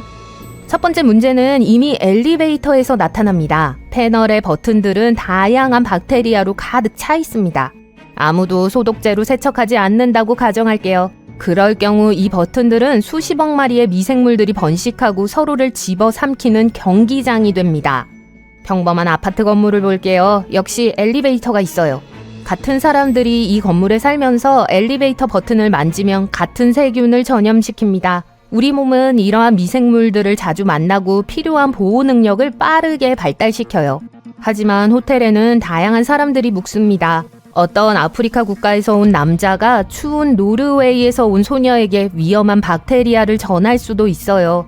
따라서 버튼을 누른 후에는 비누나 소독제로 손을 씻어야 합니다. 엘리베이터 문이 열리고 여러분은 방을 향해 걸어갑니다. 조심해요. 앞에 또 다른 핫스팟이 있어요. 문 손잡이 보이시죠? 이 지역은 세균들이 많이 찾는 또 하나의 놀이터입니다. 여러분 이전에 얼마나 많은 사람들이 그것을 만졌을까요? 청소한 지는 얼마나 됐을까요? 왜 그런 손잡이가 변기보다 더 위험한지 아세요? 무엇보다도 미생물은 우리의 손가락과 손바닥에 축적됩니다. 손을 씻지 않을 때 다른 물체의 표면을 만짐으로써 100만 개의 박테리아를 한 곳에서 다른 곳으로 옮기죠. 그래서 가장 좋은 방법은 엘리베이터에서 버튼을 누를 때 사용한 손으로 문 손잡이를 만지는 거예요. 방에 들어가자마자 손을 씻으세요. 좋은 소식은 호텔 직원들이 방의 다른 부분보다 욕실과 변기를 훨씬 더 잘 청소한다는 것입니다. 그래서 여기가 좀 더 안전해요. 하지만 여전히 화장실의 구석과 타일을 잘 살펴보세요. 검은 점이 보이면 곰팡이가 있다는 걸 의미해요. 곰팡이는 콧물이나 눈의 자극과 같은 알레르기 반응을 일으킬 수 있습니다. 곰팡이는 꽤 위험할 수 있지만 호텔 직원들은 보통 곰팡이를 주의 깊게 관찰합니다. 그래서 싸구려 호텔이 아니라면 방에 곰팡이가 있지는 않을 거예요. 그런 곳에 묵지 않겠죠? 그런데 공중화장실의 화장지가 변기 뚜껑보다 더 많은 세균을 포함하고 있다는 걸 알고 계셨나요? 화장지로 좌석을 덮으면 실수를 하는 거예요. 첫째로 많은 사람들이 그것을 만지고 이것은 그것의 박테리아를 옮긴다는 걸 의미하죠. 두 번째로 누군가 변기 물을 내릴 때 더러운 작은 물방울이 발생합니다. 미생물들은 변기의 딱딱한 표면보다 부드러운 종이 위에서 사는 것을 더 좋아하니까 화장지를 시트에 깔지 마세요. 하지만 화장지에 금속이나 플라스틱 덮개가 있다면 세균으로부터 보호되기 때문에 운이 좋은 거예요. 볼일을 마치고 손을 깨끗이 씻은 후에는 종이 타월로 손을 닦거나 손 건조기를 사용하는 두 가지 방법이 있습니다. 무엇을 선택하든 상관없어요. 둘 다 모두 많은 세균을 가지고 있습니다. 하지만 건조기를 사용하면 박테리아가 사방으로 날아다닐 거예요. 그러니까 수건을 챙기세요. 화장실에서 나오면 위험 지역에 위치하게 됩니다. 그곳의 모든 세균들이 무해하다고 생각하지 마세요. 호텔에서 가장 흔한 박테리아 중 일부는 장염을 일으킵니다. 휴가나 출장의 나머지를 화장실에서 보내고 싶지 않다면 작은 기생충 무리와 싸울 준비를 하세요. 해야 할 첫 번째 일은 유리잔과 컵을 비누로 씻는 것입니다. 어떤 여행자들은 자신의 머그컵을 가지고 여행하는데 그건 좋은 생각이에요. 그런 다음 주위를 둘러보고 스스로에게 물어보세요. 사람들이 가장 많이 만지는 곳은 어디일까? TV 리모컨, 커피 머신, 냉장고, 문 손잡이, 테이블, 헤어드라이어, 창문입니다. 안심하세요. 호텔 직원 대신 청소를 할 필요는 없어요. 강력한 소독제가 들어간 물티슈만으로도 충분합니다. 이 모든 물체의 표면을 닦으세요. 어쩌면 괜한 걱정이고 호텔이 방을 깨끗하게 관리하고 있을 수도 있어요. 아니면 매니저에게 방 청소를 다시 해달라고 말하면 됩니다. 그래서 모든 표면을 닦고 피곤해서 침대로 뛰어들었어요. 불행하게도 그 부드러운 매트리스에서 쉬는 건 여러분뿐만이 아닙니다. 박테리아 친구들이 있어요. 물론 베개 커버와 침대 시트를 세탁하면 세균이 파괴되지만 침대 커버는 어떨까요? 아마도 그건 세탁하지 않을 거예요. 조직에서 세균을 제거하는 것은 어렵기 때문에 그건 참아야 할 겁니다. 하지만 절대 허용할 수 없는 건 베드버그예요. 매트리스에서 검은 점을 발견한다면 아마도 베드버그의 흔적일 거예요. 갑자기 식욕이 뚝 떨어지지 않나요? 벌레들이 매트리스 깊숙이 숨을 수 있습니다. 그곳에서 몇 달 동안 잠을 자고 나서 배고픔을 채우기 위해 일어날 수 있어요. 여러분이 쉬고 있는 동안 벌레가 나와서 여러분의 다리를 물어 뜯습니다. 아침에 일어나서 피부에 작은 붉은 반점들을 발견한다면 베드버그에게 당한 거예요. 이 벌레들의 물림은 위험하지는 않습니다. 어떤 사람들은 피부에 자극의 형태로 가벼운 알레르기 반응을 보일 수 있어요. 하지만 문제는 벌레들이 여러분의 옷이나 물건에 들어갈 수 있고 그러면 그것들을 집으로 가져가게 되는 거죠. 이 벌레들은 빠르게 번식해요. 그러니까 집에 벌레를 원하지 않는다면 옷을 빨고 짐을 닦고 샤워를 하세요. 하지만 그 전에 호텔 지배인에게 돈을 환불해달라고 하세요. 왜냐하면 베드버그는 말도 안 되기 때문이에요. 그런데 방이 깨끗해 보인다고 해서 베드버그가 없는 것은 아닙니다. 아마도 이전 손님들이 옮겨왔을 거예요. 침대에 검은 점이 없고 모든 위험한 표면을 닦았습니다. 됐어요. 안전해요. 하지만 바닥은 또한 더러움의 원천이기 때문에 슬리퍼나 두꺼운 양말을 신고 걸으세요. 호텔에서 며칠 밤을 보내고 마침내 깨끗하고 안전한 집으로 돌아갑니다. 안타깝게도 집에도 눈에 보이지 않는 많은 세균들이 있을 수 있어요. 여러분은 친구들과 재미있게 놀고 비디오 게임 하는 것을 좋아하나요? 마지막으로 게임패드를 청소한 게 언제였는지 기억하세요? 친구들이 그것을 손에 들고 있었어요. 친구들의 모든 미생물들이 그곳에 모여 있다는 뜻이죠. 주방 도마 얼마나 철저히 씻으세요? 특히 고기와 야채를 썰고 난 후 물로 헹구는 것만으로는 충분하지 않습니다. 예를 들어 호박을 자르면 호박의 세균이 표면에 달라붙을 거예요. 여러분은 재빨리 보드를 씻어서 제자리에 다시 놓게 됩니다. 하지만 세균은 사라지지 않았어요. 여전히 표면에 단단히 붙어있고 여러분이 빵을 자르기를 기다리고 있죠. 그 다음에 음식 위에 묻어서 여러분 뱃속으로 들어갈 거예요. 아직도 식욕이 떨어지지 않았나요? 또 다른 위험한 곳은 설거지 스펀지입니다. 좋은 세제를 사용하더라도 세균은 여전히 그곳에 축적됩니다. 세균을 없애는 가장 좋은 방법은 일주일에 한 번 스펀지를 바꾸는 거예요. 이제 박테리아의 천국을 보실 수 있어요. 이상적인 시원한 온도와 신선한 것부터 상한 것까지 많은 음식이 있는 곳. 네, 냉장고예요. 거기에 여러분은 슈퍼마켓에서 가져온 제품을 넣습니다. 수백 명의 사람들이 그걸 손으로 만지고 수백만 개의 세균을 남겼을 수 있어요. 그러니까 냉장고를 자주 청소하는 걸 잊지 마세요. 또한 날 스테이크의 세균은 빨리 증식하고 상하니까 포장된 제품으로부터 고기를 멀리하세요. 아마도 지금쯤 건강을 지나치게 염려하고 계실 거예요. 그렇다면 처음에 말씀드렸던 걸 기억하세요. 제가 말했죠? 세균은 어디에나 있어요. 호텔에 체크인하고 와이파이에 연결한 후 침대에 누워 새로운 창밖 풍경을 담은 사진 15장을 올립니다. 처음에 설렘이 사라지고 난 후 대형 TV에서 수상한 불빛이 깜빡이는 것을 발견하게 됩니다. 누군가 여러분을 감시하고 있는 걸까요? 아니면 스파이 영화를 너무 많이 본 걸까요? 몰래카메라는 다양한 형태와 크기로 존재합니다. 큰 카메라는 쉽게 발견할 수 있지만 작은 카메라는 정말 은밀하고 눈에 띄지 않을 수 있어요. 가구 뒤 장식물이나 통풍구 등 눈에 잘 띄지 않는 곳에 숨어 있을 수 있죠. 알람시계, 액자, 꽃병, 램프 등 일상적인 작은 물건을 숨길 수 있는 특수 카메라도 있습니다. 이러한 물체가 이상한 각도로 향하고 있는지 침대나 욕실을 가장 잘 볼 수 있는 위치에 있는지 확인하세요. 몰래카메라를 발견하는 가장 쉬운 방법은 모든 카메라에 렌즈가 달려있기 때문에 렌즈 반사를 찾는 것입니다.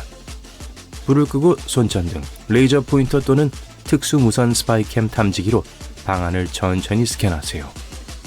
탐지기는 적외선 스캐닝 조명과 하나의 조명등이 함께 제공됩니다. 반사되는 빨간색 반점을 발견하면 손전등을 켜서 몰래 카메라가 있는지 확인해야 합니다. 통풍구와 벽이나 천장의 다른 구멍과 틈새를 반드시 확인하세요. 일부 고급 탐지기는 카메라가 무엇을 보고 있는지 보여주기 때문에 훨씬 쉽게 발견하고 끌 수 있습니다. 하지만 이 탐지기는 전원이 켜있고 정상적으로 작동하는 카메라에서만 작동합니다. 휴대폰도 숨겨진 위협을 찾는 데 도움이 될 수 있어요. 블루투스를 켜고 주변을 걸어보세요. 알 수 없는 장치가 화면에 나타나는지 확인하세요. 또 다른 방법은 호텔에서 사용 중인 와이파이 네트워크에 연결된 모든 장치를 보여주는 네트워크 스캐너 앱을 설치하는 것입니다. 스캔이 완료되면 목록에서 IP 카메라 또는 캠과 같은 장치가 있는지 살펴보세요. 또한 휴대폰을 셀카 모드로 설정하고 조명을 끄고 커튼을 닫은 다음 화면에 초점을 맞추면서 천천히 방안을 둘러보세요. 화면에 보라색 또는 흰색 조명을 주시하세요. 탐정놀이를 좀 더 해보려면 친구나 가족에게 전화를 걸어 방안을 걸어보세요. 몰래카메라는 일종의 무선 주파수를 방출해야 합니다. 전화통화 신호를 방해할 가능성이 높아요. 방의 특정 구역에서 통화하는 동안 이상한 소리가 들리기 시작하면 주의 깊게 살펴보세요. 전등, 스위치, 전기 콘센트, 램프 및 평소에는 주의를 기울이지 않는 물체를 확인하세요. 약간 삐뚤어져 있거나 구멍이 나 있거나 위치가 잘못되어 있다면 누군가 손댔다는 신호일 수 있습니다. 많은 스파이 장치에는 전선이 필요하며 누가 설치하든 전선을 비닐 바닥판 뒤에 숨겨야 합니다. 그렇기 때문에 바닥과 벽이 만나는 곳도 확인해야 하는 또 다른 곳이에요. 울퉁불퉁하거나 변색된 부분은 마이크가 숨어있다는 신호일 수도 있습니다. 동전보다 크지 않더라도 천장과 벽에 있는 반점도 마찬가지입니다.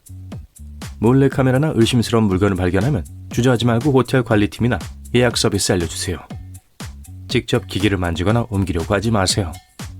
호텔 측에서 모든 사실을 부인하는 경우 현지 경찰에 연락하세요. 방에 카메라가 있는지 스캔한 후에는 거울을 확인하세요. 누군가 반대편에서 여러분을 지켜보고 있을 수 있어요. 먼저 거울이 벽에 내장되어 있는지 또는 조절이 가능한지 확인하세요.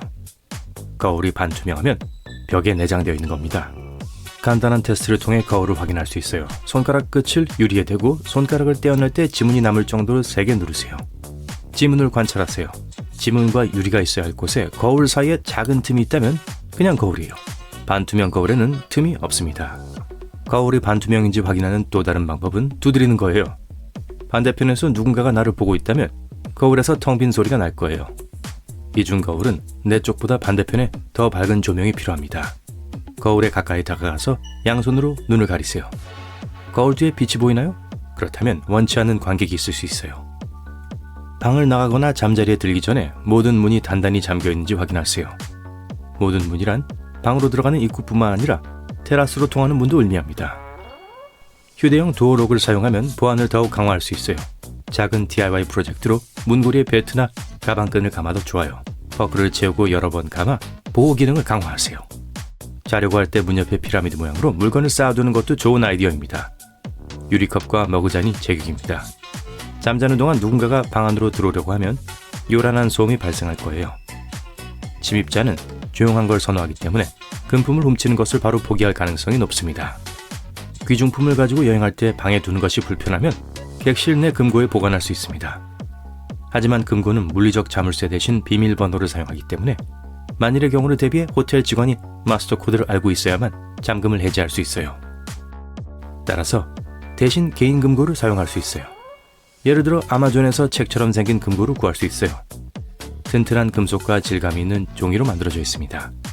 번호 자물쇠가 달려있고 여권, 현금, 귀금속을 넣을 수 있는 충분한 공간이 있어요. 노트북을 방에 두고 와야 되는데 누군가 데이터를 훔치기 위해 USB 드라이브를 꽂지 못하도록 하려면 다음과 같이 하세요. USB 포트 옆에 물병이나 다른 물건을 놓아두세요. 거리를 측정하세요. 엄지손가락 한 마디 정도라고 가정해 볼게요. 누군가 노트북에 장치를 연결하려면 물병을 옮겨야 합니다. 한 걸음 더 나아가 노트북과 병행하게 펜을 특정 각도로 놓을 수 있습니다. 스마트워치나 나침반 앱을 사용하여 휴대폰으로 각도를 측정할 수 있어요. 누군가 움직이면 알 수 있죠. 방해하지 마세요 표지판 같은 간단한 물건으로 자리를 비운 사이에 누군가 방에 들어왔는지 파악할 수 있어요. 급하게 외출하다가 실수로 문과 문틀 사이에 표지판이 끼인 것처럼 보이게 하세요. 다시 돌아왔을 때 표지판이 정상으로 걸려있다면 누군가 이를 무시하고 방해를 시도한 것이 틀림없어요. 이 경우 리셉션에 연락하여 안전을 위해 함께 방에 들어갈 사람을 보내달라고 요청할 수 있습니다. 소지품과 개인 안전만큼이나 객실 청결도 중요하게 생각한다면 여기 팁이 있어요. 호텔 객실 청소 직원은 보통 8시간 교대 근무에 최대 20개의 객실을 관리해야 합니다. 즉 객실 청소에 할애할 수 있는 시간은 30분이 채 되지 않아요. 침대를 정리하고 방과 욕실 바닥을 청소하고 쓰레기통을 비우고 모든 표면의 먼지를 털어내는데 충분한 시간이죠. 하지만 전등 스위치, 문과 서랍 손잡이, 리모컨과 같은 작은 물건을 관리할 시간은 거의 없어요. 그리고 바로 이런 물건들이 가장 많이 접촉하게 되는 물건들이죠. 실제로 변기보다 더 많은 세균이 있을 수 있습니다. 따라서 세균이 손에 묻지 않도록 하려면 만지기 전에 모든 물건을 닦을 수 있는 항균 물티슈를 충분히 준비하세요. 침실에 있을 때나 화장실에 있을 때 그들은 여러분을 지켜보고 있어요. 아니요, 3살짜리 애들을 말하는 게 아니에요. 휴가를 갈 때 우리가 가장 마지막으로 생각하는 것 중 하나는 묵고 있는 방 곳곳에 설치된 불법 촬영 카메라일 거예요. 우선 불법 촬영 카메라를 찾기 위해선 호텔 방에서 가장 뻔한 장소를 살펴보세요. 몇몇 전문가들은 만약 육안으로 카메라를 찾을 수 없다면 스마트폰을 사용해도 기본적인 탐색은 가능하다고 합니다. 모든 카메라엔 렌즈가 있고 모든 렌즈는 빛을 반사합니다. 그래서 불법 촬영 카메라를 확인하는 빠른 방법은 방에 있는 모든 커튼을 닫고 불을 끄는 거예요. 휴대폰의 손전등을 사용하여 불법 촬영 카메라가 있을 수 있는 잠재적인 장소나 물체를 가리켜 보세요. 흔한 장소 중 하나는 천장에 있는 연기 감지기입니다. 의자를 잡고 불빛을 똑바로 비추고 빨간색이나 파란색 빛이 반사되는지 확인해 보세요. 렌즈를 정확한 각도로 빛을 비추어야 반사되기 때문에 천천히 하셔야 합니다. 다 확인한 후에 욕실에 있는 샤워기 헤드나 알람 시계, 핸드폰 충전기와 같은 다른 물건으로 이동하세요. 이 물건들의 위치를 명심하세요. 충전기가 감시 카메라가 있을 수 있는 곳에 있다면 자세히 살펴보고 리셉션에 전화를 하세요. 심지어 방에 있는 그림도 불법 촬영 카메라의 잠재적인 보금자리가 될 수 있습니다. 조명, 밖에 있는 구멍 또는 옷장 안 어딘가 역시 카메라가 숨겨져 있을 수 있습니다. 또 다른 무시무시한 장소는 화장실 거울입니다. 이건 찾기가 까다로워서 조금 열심히 찾으셔야 해요. 또한 밤에 여러분을 감시하는 카메라를 찾기 위해 핸드폰 카메라를 사용할 수 있습니다. 이 비밀 카메라는 인간의 눈이 볼 수 없는 적외선을 방출하여 밤에 영상을 촬영합니다. 또한 불을 끄고 카메라를 셀카 모드로 전환해 보세요. 대부분의 스마트폰의 후면 카메라에는 적외선 필터가 있지만 전면 카메라에는 없습니다. TV 리모컨으로 전면 카메라를 가리키고 아무 버튼이나 누르면 직접 볼 수 있을 겁니다. 화면에 밝은 빨간색 불빛이 보인다면 작동 중이라는 뜻이에요. 여러분이 하셔야 할 건 주변에서 밝은 빛을 찾을 수 있는지 보기 위해 어두운 곳에서 카메라를 움직이는 것입니다. 빠뜨린 게 없는지 꼼꼼하게 한 번 더 살펴보시는 게 좋습니다. 사용할 수 있는 또 다른 방법은 호텔 방에 들어갈 때 와이파이를 끄는 거예요. 대부분의 카메라는 와이파이에 연결되어 있어서 더 이상 작동하지 않을 겁니다. 안내 데스크에서 방에 와이파이가 다운되었다고 연락이 오면 역시 위험 신호일 수 있습니다. 와이파이가 일부러 꺼진 것인지 알 이유는 없습니다. 카메라가 로컬 와이파이에 연결됐다는 뜻일 수도 있어요. 호텔 객실 와이파이에 처음 접속할 때 개인정보 공유에 주의하세요. 대부분의 네트워크에서 전자메일과 같은 로그인 자격증명을 요청합니다. 어떤 사람들은 실제 호텔과 동일한 와이파이 로그인 페이지를 생성하기도 하는데 여기에 깜빡 속을 수도 있다고요. 또한 와이파이 라우터에 연결하기만 했을 뿐이지만 어떤 사람들은 이 이메일을 사용해서 그 사람의 모든 걸 알아낼 수도 있습니다. 가장 좋은 방법 중 하나는 현재 사용 중인 와이파이에 연결되어 있는 장치를 보여주는 앱을 다운로드하는 거예요. 스마트폰, 노트북, 스마트 TV, 최악의 경우 몰래카메라까지 연결되어 있는지 보여줄 수 있을 거예요. 무선 주파수 스캐너는 자체 와이파이에 연결되어 있더라도 방에 있는 무선 카메라를 감지할 수 있습니다. 하지만 허공을 가득 채우고 있는 많은 무선 장치들 때문에 어려울 수도 있어요. 모든 장치와 무선 방출 신호를 껐다 하더라도 아무 신호를 선택하게 될 수도 있거든요. 사생활 침해는 누군가가 대화를 엿듣기 위해 휴대폰이나 유선 전화를 도청하는 데까지 미칠 수 있습니다. 사람들의 대화를 도청하는 한 가지 방법은 무선으로 원격 송신기에서 소리를 녹음기로 보내는 회선에 마이크를 설치하는 겁니다. 비싸지 않고 많은 가게나 인터넷에서 구할 수 있기 때문에 거의 모든 사람들이 이런 장비를 손에 넣을 수 있어요. 전화 통화 중에 딸깍거리는 소리나 원거리 음성 또는 옛날 녹음기가 재생되는 것 같은 이상한 소리를 감지했다면 누군가가 전화 내용을 듣고 있을 수 있다는 거예요. 이 소리는 일반적인 현대식 휴대폰에서 나는 일반적인 소리가 아닙니다. 대부분의 도청 소프트웨어는 사용자 몰래 휴대폰 백그라운드에서 실행되므로 배터리를 방전시킵니다. 핸드폰 배터리가 계속 방전되는 이유에 대해선 여러 가지 설명이 있지만 전화기에 있는 일부 소프트웨어, 바이러스 및 악성 프로그램이 원인일 수도 있어요. 전자기기를 사용하지 않을 땐 비정상적인 전화 활동에 주의를 기울여 보세요. 알림이 계속 울리고 음소거 상태가 된다면 휴대폰이 도청되는 것일 수도 있습니다. 이 경우 그 사람들은 통화뿐만 아니라 실제 핸드폰 자체에도 접근할 수 있습니다. 여러분이 모르는 사이에 핸드폰에 있는 사진, 영상, 파일 및 정보를 찾을 수 있는 거죠. 핸드폰에 전화를 끄려고 했는데 평소보다 시간이 오래 걸리는 경우 다른 사람이 핸드폰을 추적하고 있다는 또 다른 징후일 수 있습니다. 핸드폰이 완전히 종료되려면 모든 앱과 활동에서 로그아웃해야 합니다. 핸드폰이 원격으로 다른 사람에게 데이터를 전송하는 경우 종료가 지연되는 이유가 될 수 있습니다. 가장 분명한 신호 중 하나는 마구잡이로 된 기호와 숫자가 있는 문자 메시지를 받는 경우예요. 여러분의 전화를 도청하는 사람들은 때때로 코드를 받아야 하는 불법 소프트웨어를 사용합니다. 이럴 경우 문자 메시지가 여러분이 받아야 하는 메시지가 아닌지 확인하거나 도움을 받을 수 있는 사람에게 문의해보세요. 만약에 앱을 스크롤하며 구경하고 있는데 거기에 있으면 안 되는 것 또는 수상한 것을 발견한다면 그 앱은 스파이 앱이 변장한 것일 수도 있어요. 또한 브라우저에 검색하지 않은 이상한 내역이 있는지도 확인하세요. 핸드폰을 만지지 않았는데 무작위로 전원이 켜졌다 꺼졌다 하는 게 눈에 띌 수도 있습니다. 그리고 가장 나쁜 것은 그 사람들이 여러분 모르게 언제든지 핸드폰 카메라를 켤 수 있다는 거예요. 핸드폰이 해킹당한 것 같다면 공장 초기화를 하세요. 공장 초기화를 하면 파일, 설정 및 앱을 포함한 모든 데이터가 삭제됩니다. 같은 위험은 노트북에도 적용됩니다. 때때로 스파이웨어가 우리 컴퓨터의 소프트웨어에 침투하게 도와주는 접근점의 역할을 하고 있음에도 불구하고 합법적으로 보이기 때문에 클릭을 하게 될 수도 있어요. 배터리 방전, 과열 및 이상 작동은 PC가 감염되었다는 징후입니다. GPS 추적기는 누군가의 차량을 추적하는 가장 흔한 방법입니다. 설치한 건 꽤 간단하지만 추적기가 보통 차 안 깊숙이 심어져 있기 때문에 찾기가 매우 어렵습니다. 만약 운전하는 동안 누군가가 여러분을 지켜보고 있거나 운전하는 모든 곳에서 우연히 같은 사람을 보는 것 같다는 으스스한 느낌이 든다면 추적기를 찾아보세요. 가장 흔한 장소는 차 밑이나 뒷바퀴 근처입니다. 하지만 차를 추적하는 사람은 똑똑하고 자신들이 무슨 짓을 하는지 알고 있습니다. 따라서 추적기를 쉽게 찾지 못하게 하겠죠. 차량 외부에서 아무것도 발견하지 못했다면 차량 내부를 살펴보세요. 거기서 뭔가를 발견했다면 여러분을 추적하던 사람이 추적 장치를 심었거나 아는 사람이 여러분의 차에 한번 탔을 때 그 장치를 몰래 심은 것일 수도 있어요. 대시보드 뒤와 차량 전자제품 내부를 확인하면서 찾아보세요. 추적기를 찾기 위해 차를 뜯어내지 마세요. GPS 버그 탐지기를 사실 수 있으니까요. 자동차 가까이에서 전자주파수를 찾으면서 추적기를 찾아냅니다. 추적기를 막을 수는 없지만 위치를 찾는 건 도와줄 거예요. 탐지기를 사용하기 전에는 스마트폰을 끄거나 비행기 모드로 전환하세요. 이렇게 하면 주파수가 추적기를 방해하진 않을 거예요. 그리고 만약 이것도 효과가 없다고 느낀다면 아무것도 보이지 않는 외딴 곳에 차를 주차해보세요. 외딴 차고라도 좋아요. 아, 편집증이 생길 것 같다고요? 그런 분은 손 좀 들어보세요. 친구들과 휴가를 계획하고 있다고요? 이번 여행은 지금까지 해왔던 것 중 가장 독특한 모험이 될 거예요. 여행지가 아니라 호텔 때문이죠. 여러분은 세계에서 가장 멋진 호텔 중 하나를 선택할 거거든요.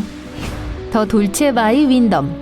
베트남의 수도 하노이의 풍경은 전형적인 콘크리트 도시처럼 보일 수 있습니다. 하지만 도시의 중심부에 있는 장보 호숫가에는 25층 높이의 장엄한 황금탑이 세워져 있습니다. 왕실의 궁전처럼 보일지 모르지만 400개가 넘는 객실을 갖춘 5성급 호텔입니다. 이 황금 건물의 외관을 만드는 데는 거의 54,000평방미터의 도금 도자기가 사용되었습니다. 만약 금의 전체 길이를 일직선으로 배열한다면 대부분의 비행기들이 나는 고도보다 더 높이 올라갈 겁니다. 돌체바이 윈덤 하노이 골든 레이크는 2억 달러를 들여 11년 동안 공사를 한 끝에 2020년 7월에 개장했습니다. 이 호텔은 24K짜리 금 1톤으로 장식을 한 세계 최초의 금도금 호텔로 아주 유명합니다. 수작업으로 만들어진 호텔의 금빛 출입구에서 환영을 받은 후에는 벽 장식과 금으로 도금된 로비의 천장에서 훨씬 더 많은 금을 발견하게 될 거예요. 호텔의 황금 엘리베이터는 여러분을 방으로 데려다 줄 거고요. 스위트룸에는 벽과 천장에 금색 장식들이 달려 있습니다. 화장실에서 발견할 수 있는 금은 훨씬 더 많습니다. 금빛 욕조에서 목욕을 하거나 금빛 세면대에서 양치를 할 수도 있고요. 금이 부족하시다고요? 변기에도 도금이 되어 있어요.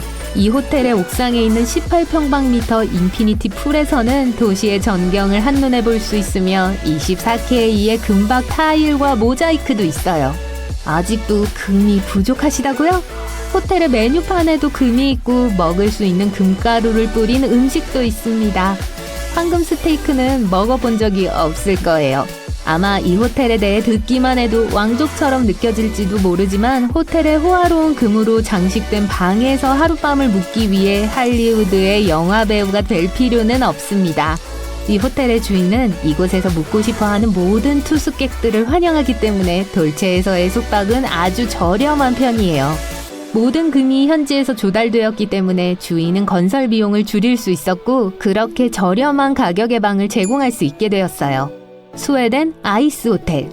머리를 좀 식히고 갈까요? 금으로 만들어진 호텔에서 얼음으로 만들어진 호텔로 가볼 겁니다. 스웨덴의 아이스 호텔은 유카스 예르비 마을에서 매년 재건축되고 있어요. 그러니 똑같은 추위를 다시 경험하지는 못할 겁니다. 북극권 위 스웨덴 북부에 위치한 이 호텔은 12월부터 4월까지 매 시즌 독특한 디자인을 구현하는 여러 예술가들이 디자인에 참여했습니다. 건축을 완료하는 데는 약 6주가 소요됩니다. 아이스 호텔은 1989년에 유카스예르의 방문객들이 마을에서 숙박시설을 확보하지 못하자 얼음을 주제로 한 미술 전시회의 일부인 이글루에서 밤을 보내게 해달라고 요청하면서 시작되었습니다. 침대, 의자, 심지어 바에 있는 유리잔까지 포함해 호텔의 모든 것이 얼음으로 만들어졌죠. 이케아풍의 최신 유행 인테리어는 아니지만 얼음과 눈은 모두 마을 근처의 토르네강에서 가져온 거예요. 호텔의 레스토랑에서 음식은 얼음 덩어리에 나오고 심지어 얼음을 컨셉으로 한 결혼식을 할 수도 있습니다. 정말 변화무쌍하죠? 다른 얼음 호텔들의 영감을 준 이 최초의 얼음 호텔은 내부 온도를 5에서 7도씨 정도로 유지하고 있어요. 얼지는 않을 테니까 걱정 마세요. 호텔에서 밤을 따뜻하게 유지하게 해줄 탐험대 스타일의 보온 침낭을 줄 거예요.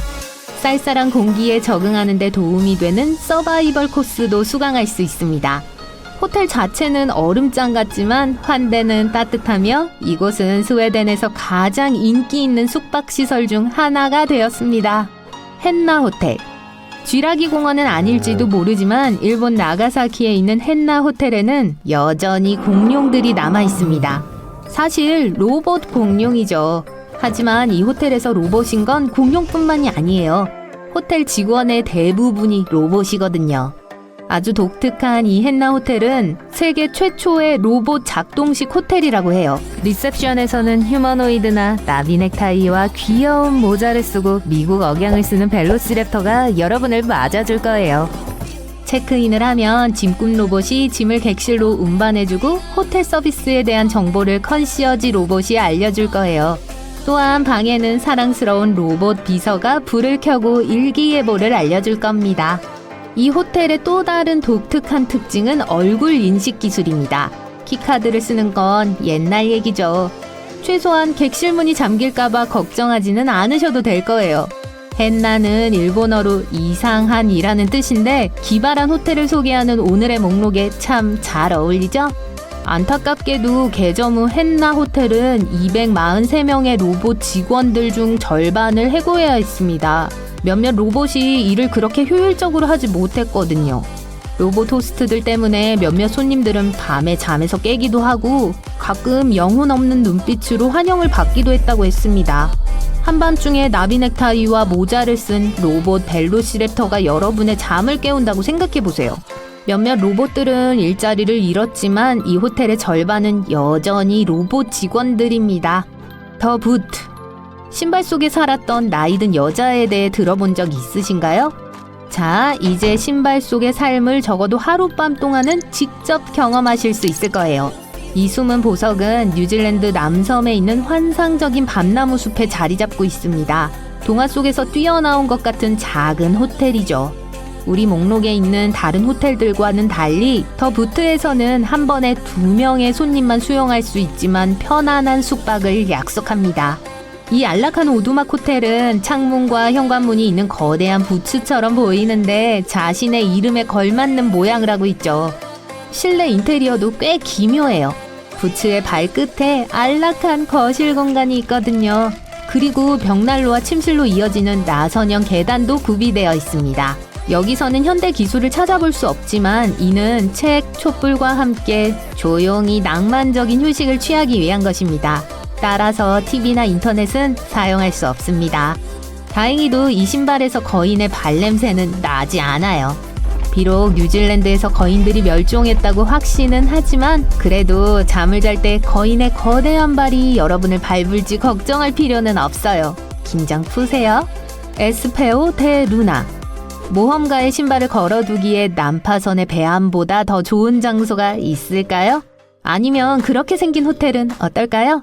칠레의 칠로 섬에 위치한 에스페호 데 루나의 독특한 오두막은 섬의 숲속에 띄엄띄엄 자리를 잡고 있습니다. 마치 카리브의 해적에게 알맞는 집처럼 보이죠. 칠로 섬은 모험과 야생 환경으로 유명합니다. 돌아볼 작은 섬들이 가득하고 희귀한 돌고래와 고래를 발견할 수도 있습니다. 리셉션 건물은 즉시 여러분의 시선을 사로잡을 거예요. 오래된 목선이 옆으로 쓰러져 해안으로 밀려온 것 같은 모양이거든요. 레스토랑과 바는 고전적인 뱃머리 장식이 달린 1700년대 배의 전망대에 와 있는 것 같은 느낌을 줄 거예요. 몸을 옆으로 기울여서 다른 손님들에게 손을 흔들면서 인사를 해볼 수도 있습니다. 칠레 해안가의 오랜 전통은 이 독특한 숙박시설의 컨셉과 스타일에 영감을 주었으며 모험가들에게 완벽한 숙박시설 역할을 해오고 있습니다. 스핏뱅크 포트. 항상 마음에 바다를 품고 계시다면 이 다음 호텔은 바로 여러분을 위한 것입니다. 1860년대 영국 포츠머스 근처에 반갑지 않은 침입자를 막기 위해 지은 옛 해상 요새는 세계 유일의 고급 호텔 중 하나로 개조되었습니다. 헬리콥터를 타고 스핏뱅크 포트로 날아가는 건 마치 액션 영화 속 장면처럼 느껴질 거예요. 스위트룸 9개, 바 3개, 레스토랑 3개, 스파 시설까지 갖춘 스핏뱅크는 손님들에게 충분한 휴식을 제공해줍니다. 만약 모험을 더 업그레이드하고 싶다면 카약이나 낚시 여행을 통해 영국 해협의 바다를 탐험할 수 있습니다. 객실마다 바다가 보이기도 하지만 옥상이 정말 멋져요. 난로 옆 혹은 온열 풀장에서는 360도로 바다 풍경을 볼 수 있습니다. 스핏뱅크는 역사적으로 온전함을 유지하고 있습니다. 오랜 기간 동안 대포가 설치되었던 곳에 금속 흔적, 해먹이 걸려있던 벽에 철제 갈고리 같은 게 남아있거든요. 자, 여기까지 전 세계에서 여러분이 머물 수 있는 놀랍고 독특한 호텔 6곳입니다. 여러분도 놀라운 호텔 경험을 해보신 적 있으신가요? 많은 공항의 게이트 구역에는 카펫이 깔려 있습니다. 이러한 비례는 보통 낮은 천장, 편안한 좌석, 기분 좋고 자연 조명 등 몇 가지 다른 혜택과 함께 제공되죠. 이 모든 것이 공항 입장에서는 더 많은 비용이 들고 카펫은 단단한 바닥만큼 청소하기가 쉽지 않지만 이런 시설은 비행기를 기다리는 승객들에게 아늑한 느낌을 주고 더 편안하게 해줍니다. 하지만 이것은 단지 공항의 호의적인 제스처가 아니에요. 한 조사에 따르면 편안한 승객은 상점을 둘러보고 라운지 구역이나 연쇄 구역에서 실제로 무언가를 구매할 가능성이 약 7에서 10% 더 높다고 해요. 그래서 승객들의 편안함에 투자함으로써 공항은 실제로 소득을 늘리는 거죠. 여러분이 비행기에 탑승하고 있는 동안 짐이 어떻게 되는지 알고 싶다면 간단히 말해서 공항 직원들은 일단 짐이 자신의 영역을 떠나면 알지도 못하고 신경도 쓰지 않습니다. 수화물은 자동으로 분리되어 스캐너가 바코드를 스캔하고 목적지에 따라 수화물을 분류해요. 공항 수화물 담당자의 3가지 주요 업무는 체크인 구역에서 게이트로 짐을 옮기는 것, 연결될 때 게이트에서 게이트로 옮기는 것, 그리고 공항에서 수화물 찾는 곳으로 짐을 옮기는 것입니다. 그게 전부예요. 그래서 짐이 충분히 빨리 이동하지 않으면 연결 항공편이 늦을 수 있어요. 정반대로 출입국 관리에서 시간이 지체되면 가방은 여러분이 도착하기 전에 목적지에 도착해요. 만약 다른 목적지가 표시된 오래된 스티커를 떼어내지 않으면 또 다른 문제가 발생할 수 있습니다. 이 경우 스캐너가 짐을 엉뚱한 곳으로 보낼 수 있어요. 대부분의 공항은 승객을 위한 음식이 준비되는 거대한 부엌을 갖추고 있습니다. 이 주방에서는 보통 여러 항공사의 음식을 한꺼번에 요리해요. 그리고 기내식은 약 6시간에서 10시간 전에 요리되어야 하기 때문에 이 주방은 24시간 내내 가동해야 합니다. 그리고 놀랍게 들릴지 모르지만 기내식 메뉴는 이미 1년 전에 개발되어 모든 재료가 비용을 증가시킬 수 있기 때문에 대부분의 항공사에서 일반적인 관행이에요. 실제로 한 항공사는 비행기에서 제공하는 모든 샐러드에서 올리브 1개만 제거한 것만으로 약 4천만 원을 절약할 수 있었어요. 때때로 승객들은 특별한 기계에 넣기 전에 헝겊 조각에 손을 비벼달라는 요청을 받습니다. 좀 무섭게 보일 수도 있지만 실제로는 무해예요. 원자화기라고 불리는 기계에 의해 검사를 받는 거예요. 근무가 시작되기 전에 직원들은 위험한 화학물질의 샘플을 기계에 넣습니다. 이 기계는 이 냄새를 기억하고 사람의 손에서 해당 화학물질 냄새가 날 경우 공항 직원에게 경고해요. 보안 검색대에서 기내 반입이 금지된 물건을 가지고 있다는 걸 알게 되는 경우가 있을 수 있어요. 하지만 걱정 마세요. 비행 전 검사에서 압수한 모든 물품은 3개월 동안 공항에 보관될 수 있어요.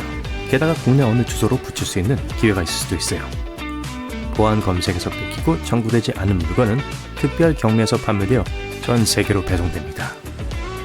비행 간격이 길다면 가장 가까운 호텔에 가서 쉬는 것이 가장 저렴한 방법이 아닐 수도 있어요. 훨씬 더 좋은 방법이 있어요. 공항이나 항공사가 VIP 라운지 존 24시간 출입증을 판매하는지 확인하세요. 대부분의 경우 거기서 무료 간식과 음식을 즐길 수 있고 휴식을 위해 무료 샤워실과 방을 매우 저렴한 가격에 이용할 수 있어요. 여러 터미널에 있는 공항에서는 대부분의 사람들이 모르는 터미널 연결 지하 통로를 검색하세요.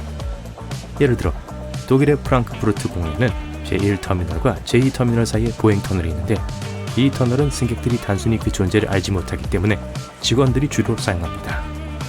탑승 수속을 마친 후 처음 60분 동안을 골든아워라고 부릅니다. 승객들이 통계적으로 공항의 소매 및 면세 구역에서 더 많은 돈을 소비하는 시간이죠. 그리고 상점 바로 앞에 가장 편안한 자리를 둔 것은 여러분을 쇼핑에 끌어들이기 위한 교묘한 속임수예요.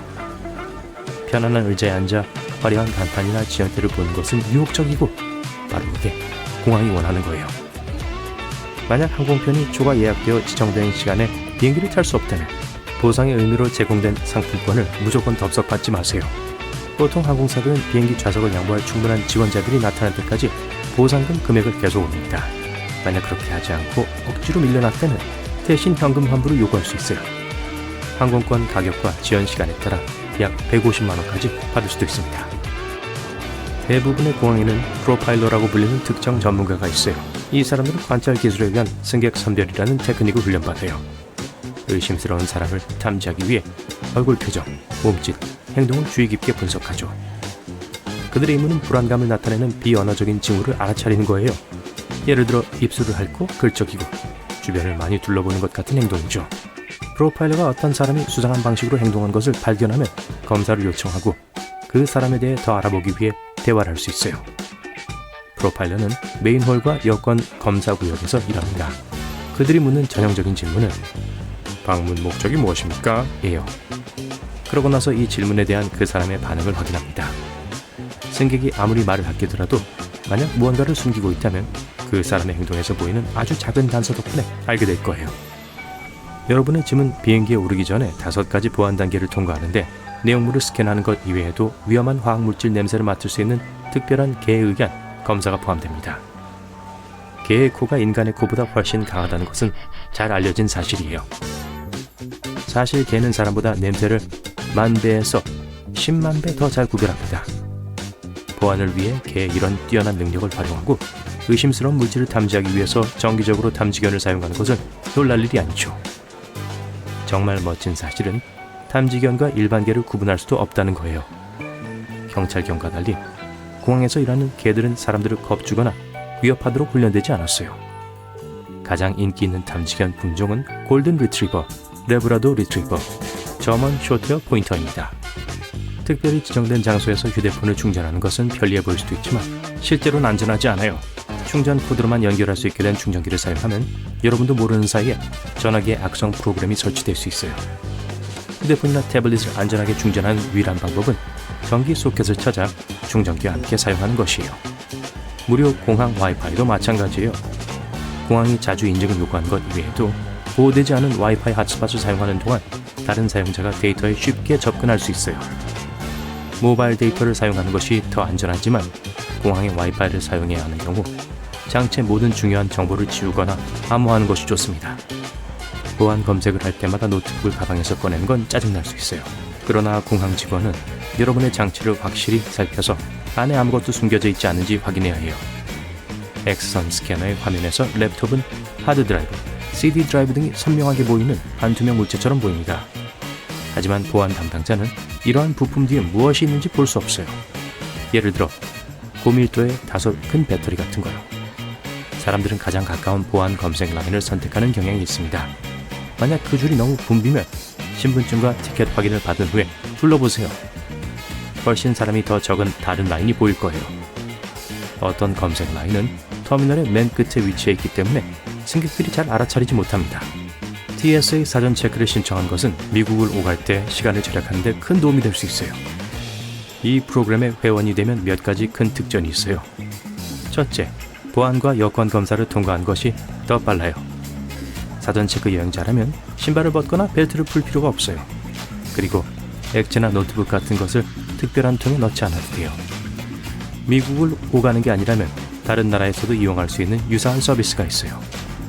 이코노미석을 타시는데 마음에 안 든다면 누가 마음에 들어 하겠어요.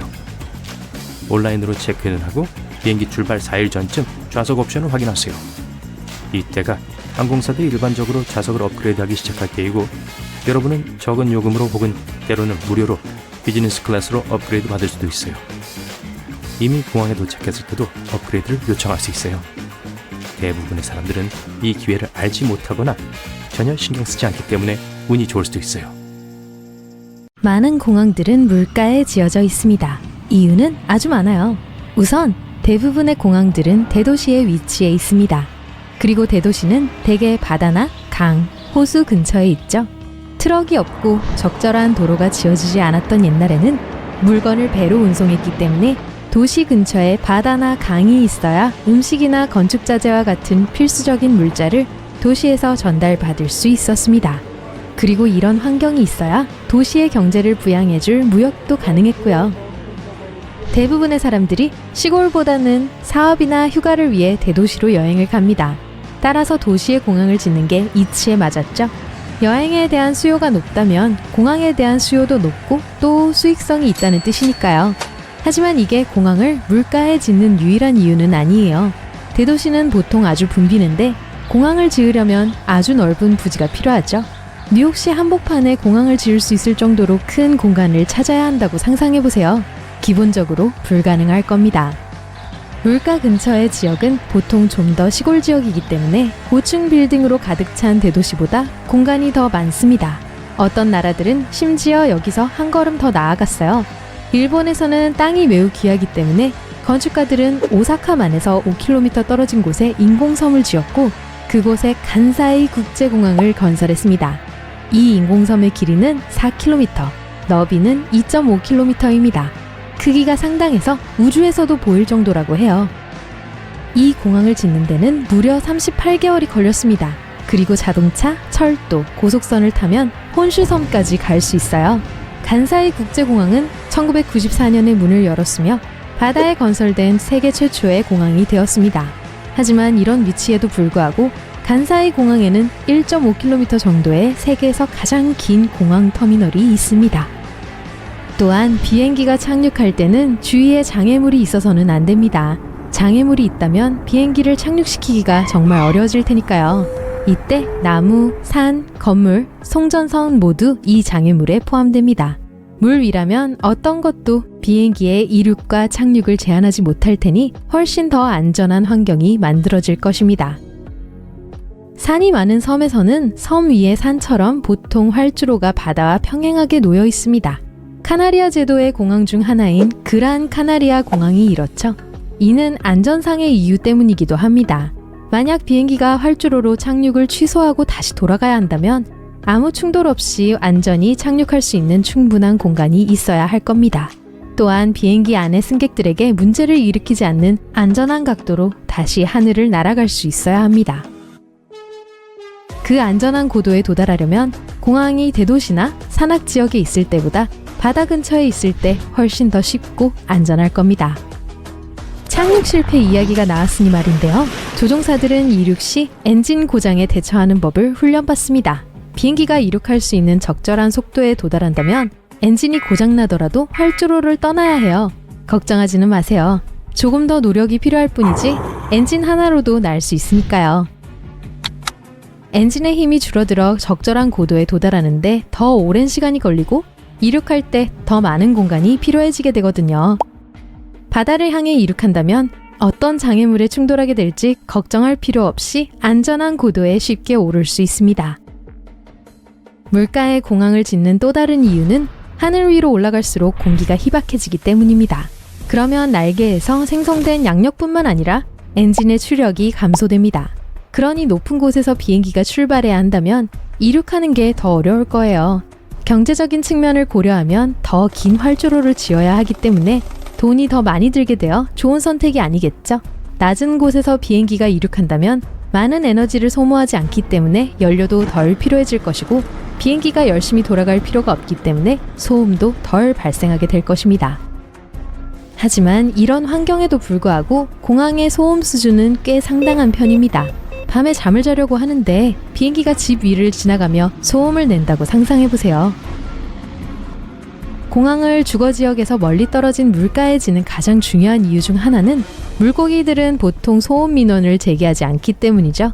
몇몇 국가에서는 공항 때문에 소음의 영향을 받는 집이 있다면 이에 대한 보상을 해주고 있습니다. 그 중 하나는 독일인데요. 그 모든 소음을 줄이기 위해서 지붕을 개량하는 것부터 벽 단열재를 추가하는 것까지 모든 지원을 해줍니다. 해안가에 공항을 짓는다면 그 비싼 지원금을 모두 아낄 수 있겠죠? 공항은 이렇게 비용을 절약할 수 있을 것입니다. 또 해안 지역에는 비행을 할 때 유리한 날씨상의 이점이 있어요. 물에서 육지로 부는 지속적인 바닷바람이 불기 때문이죠. 비행기는 대부분 바람을 타고 착륙하고 이륙하기 때문에 바닷가는 공항을 건설하기에 완벽한 장소일 겁니다.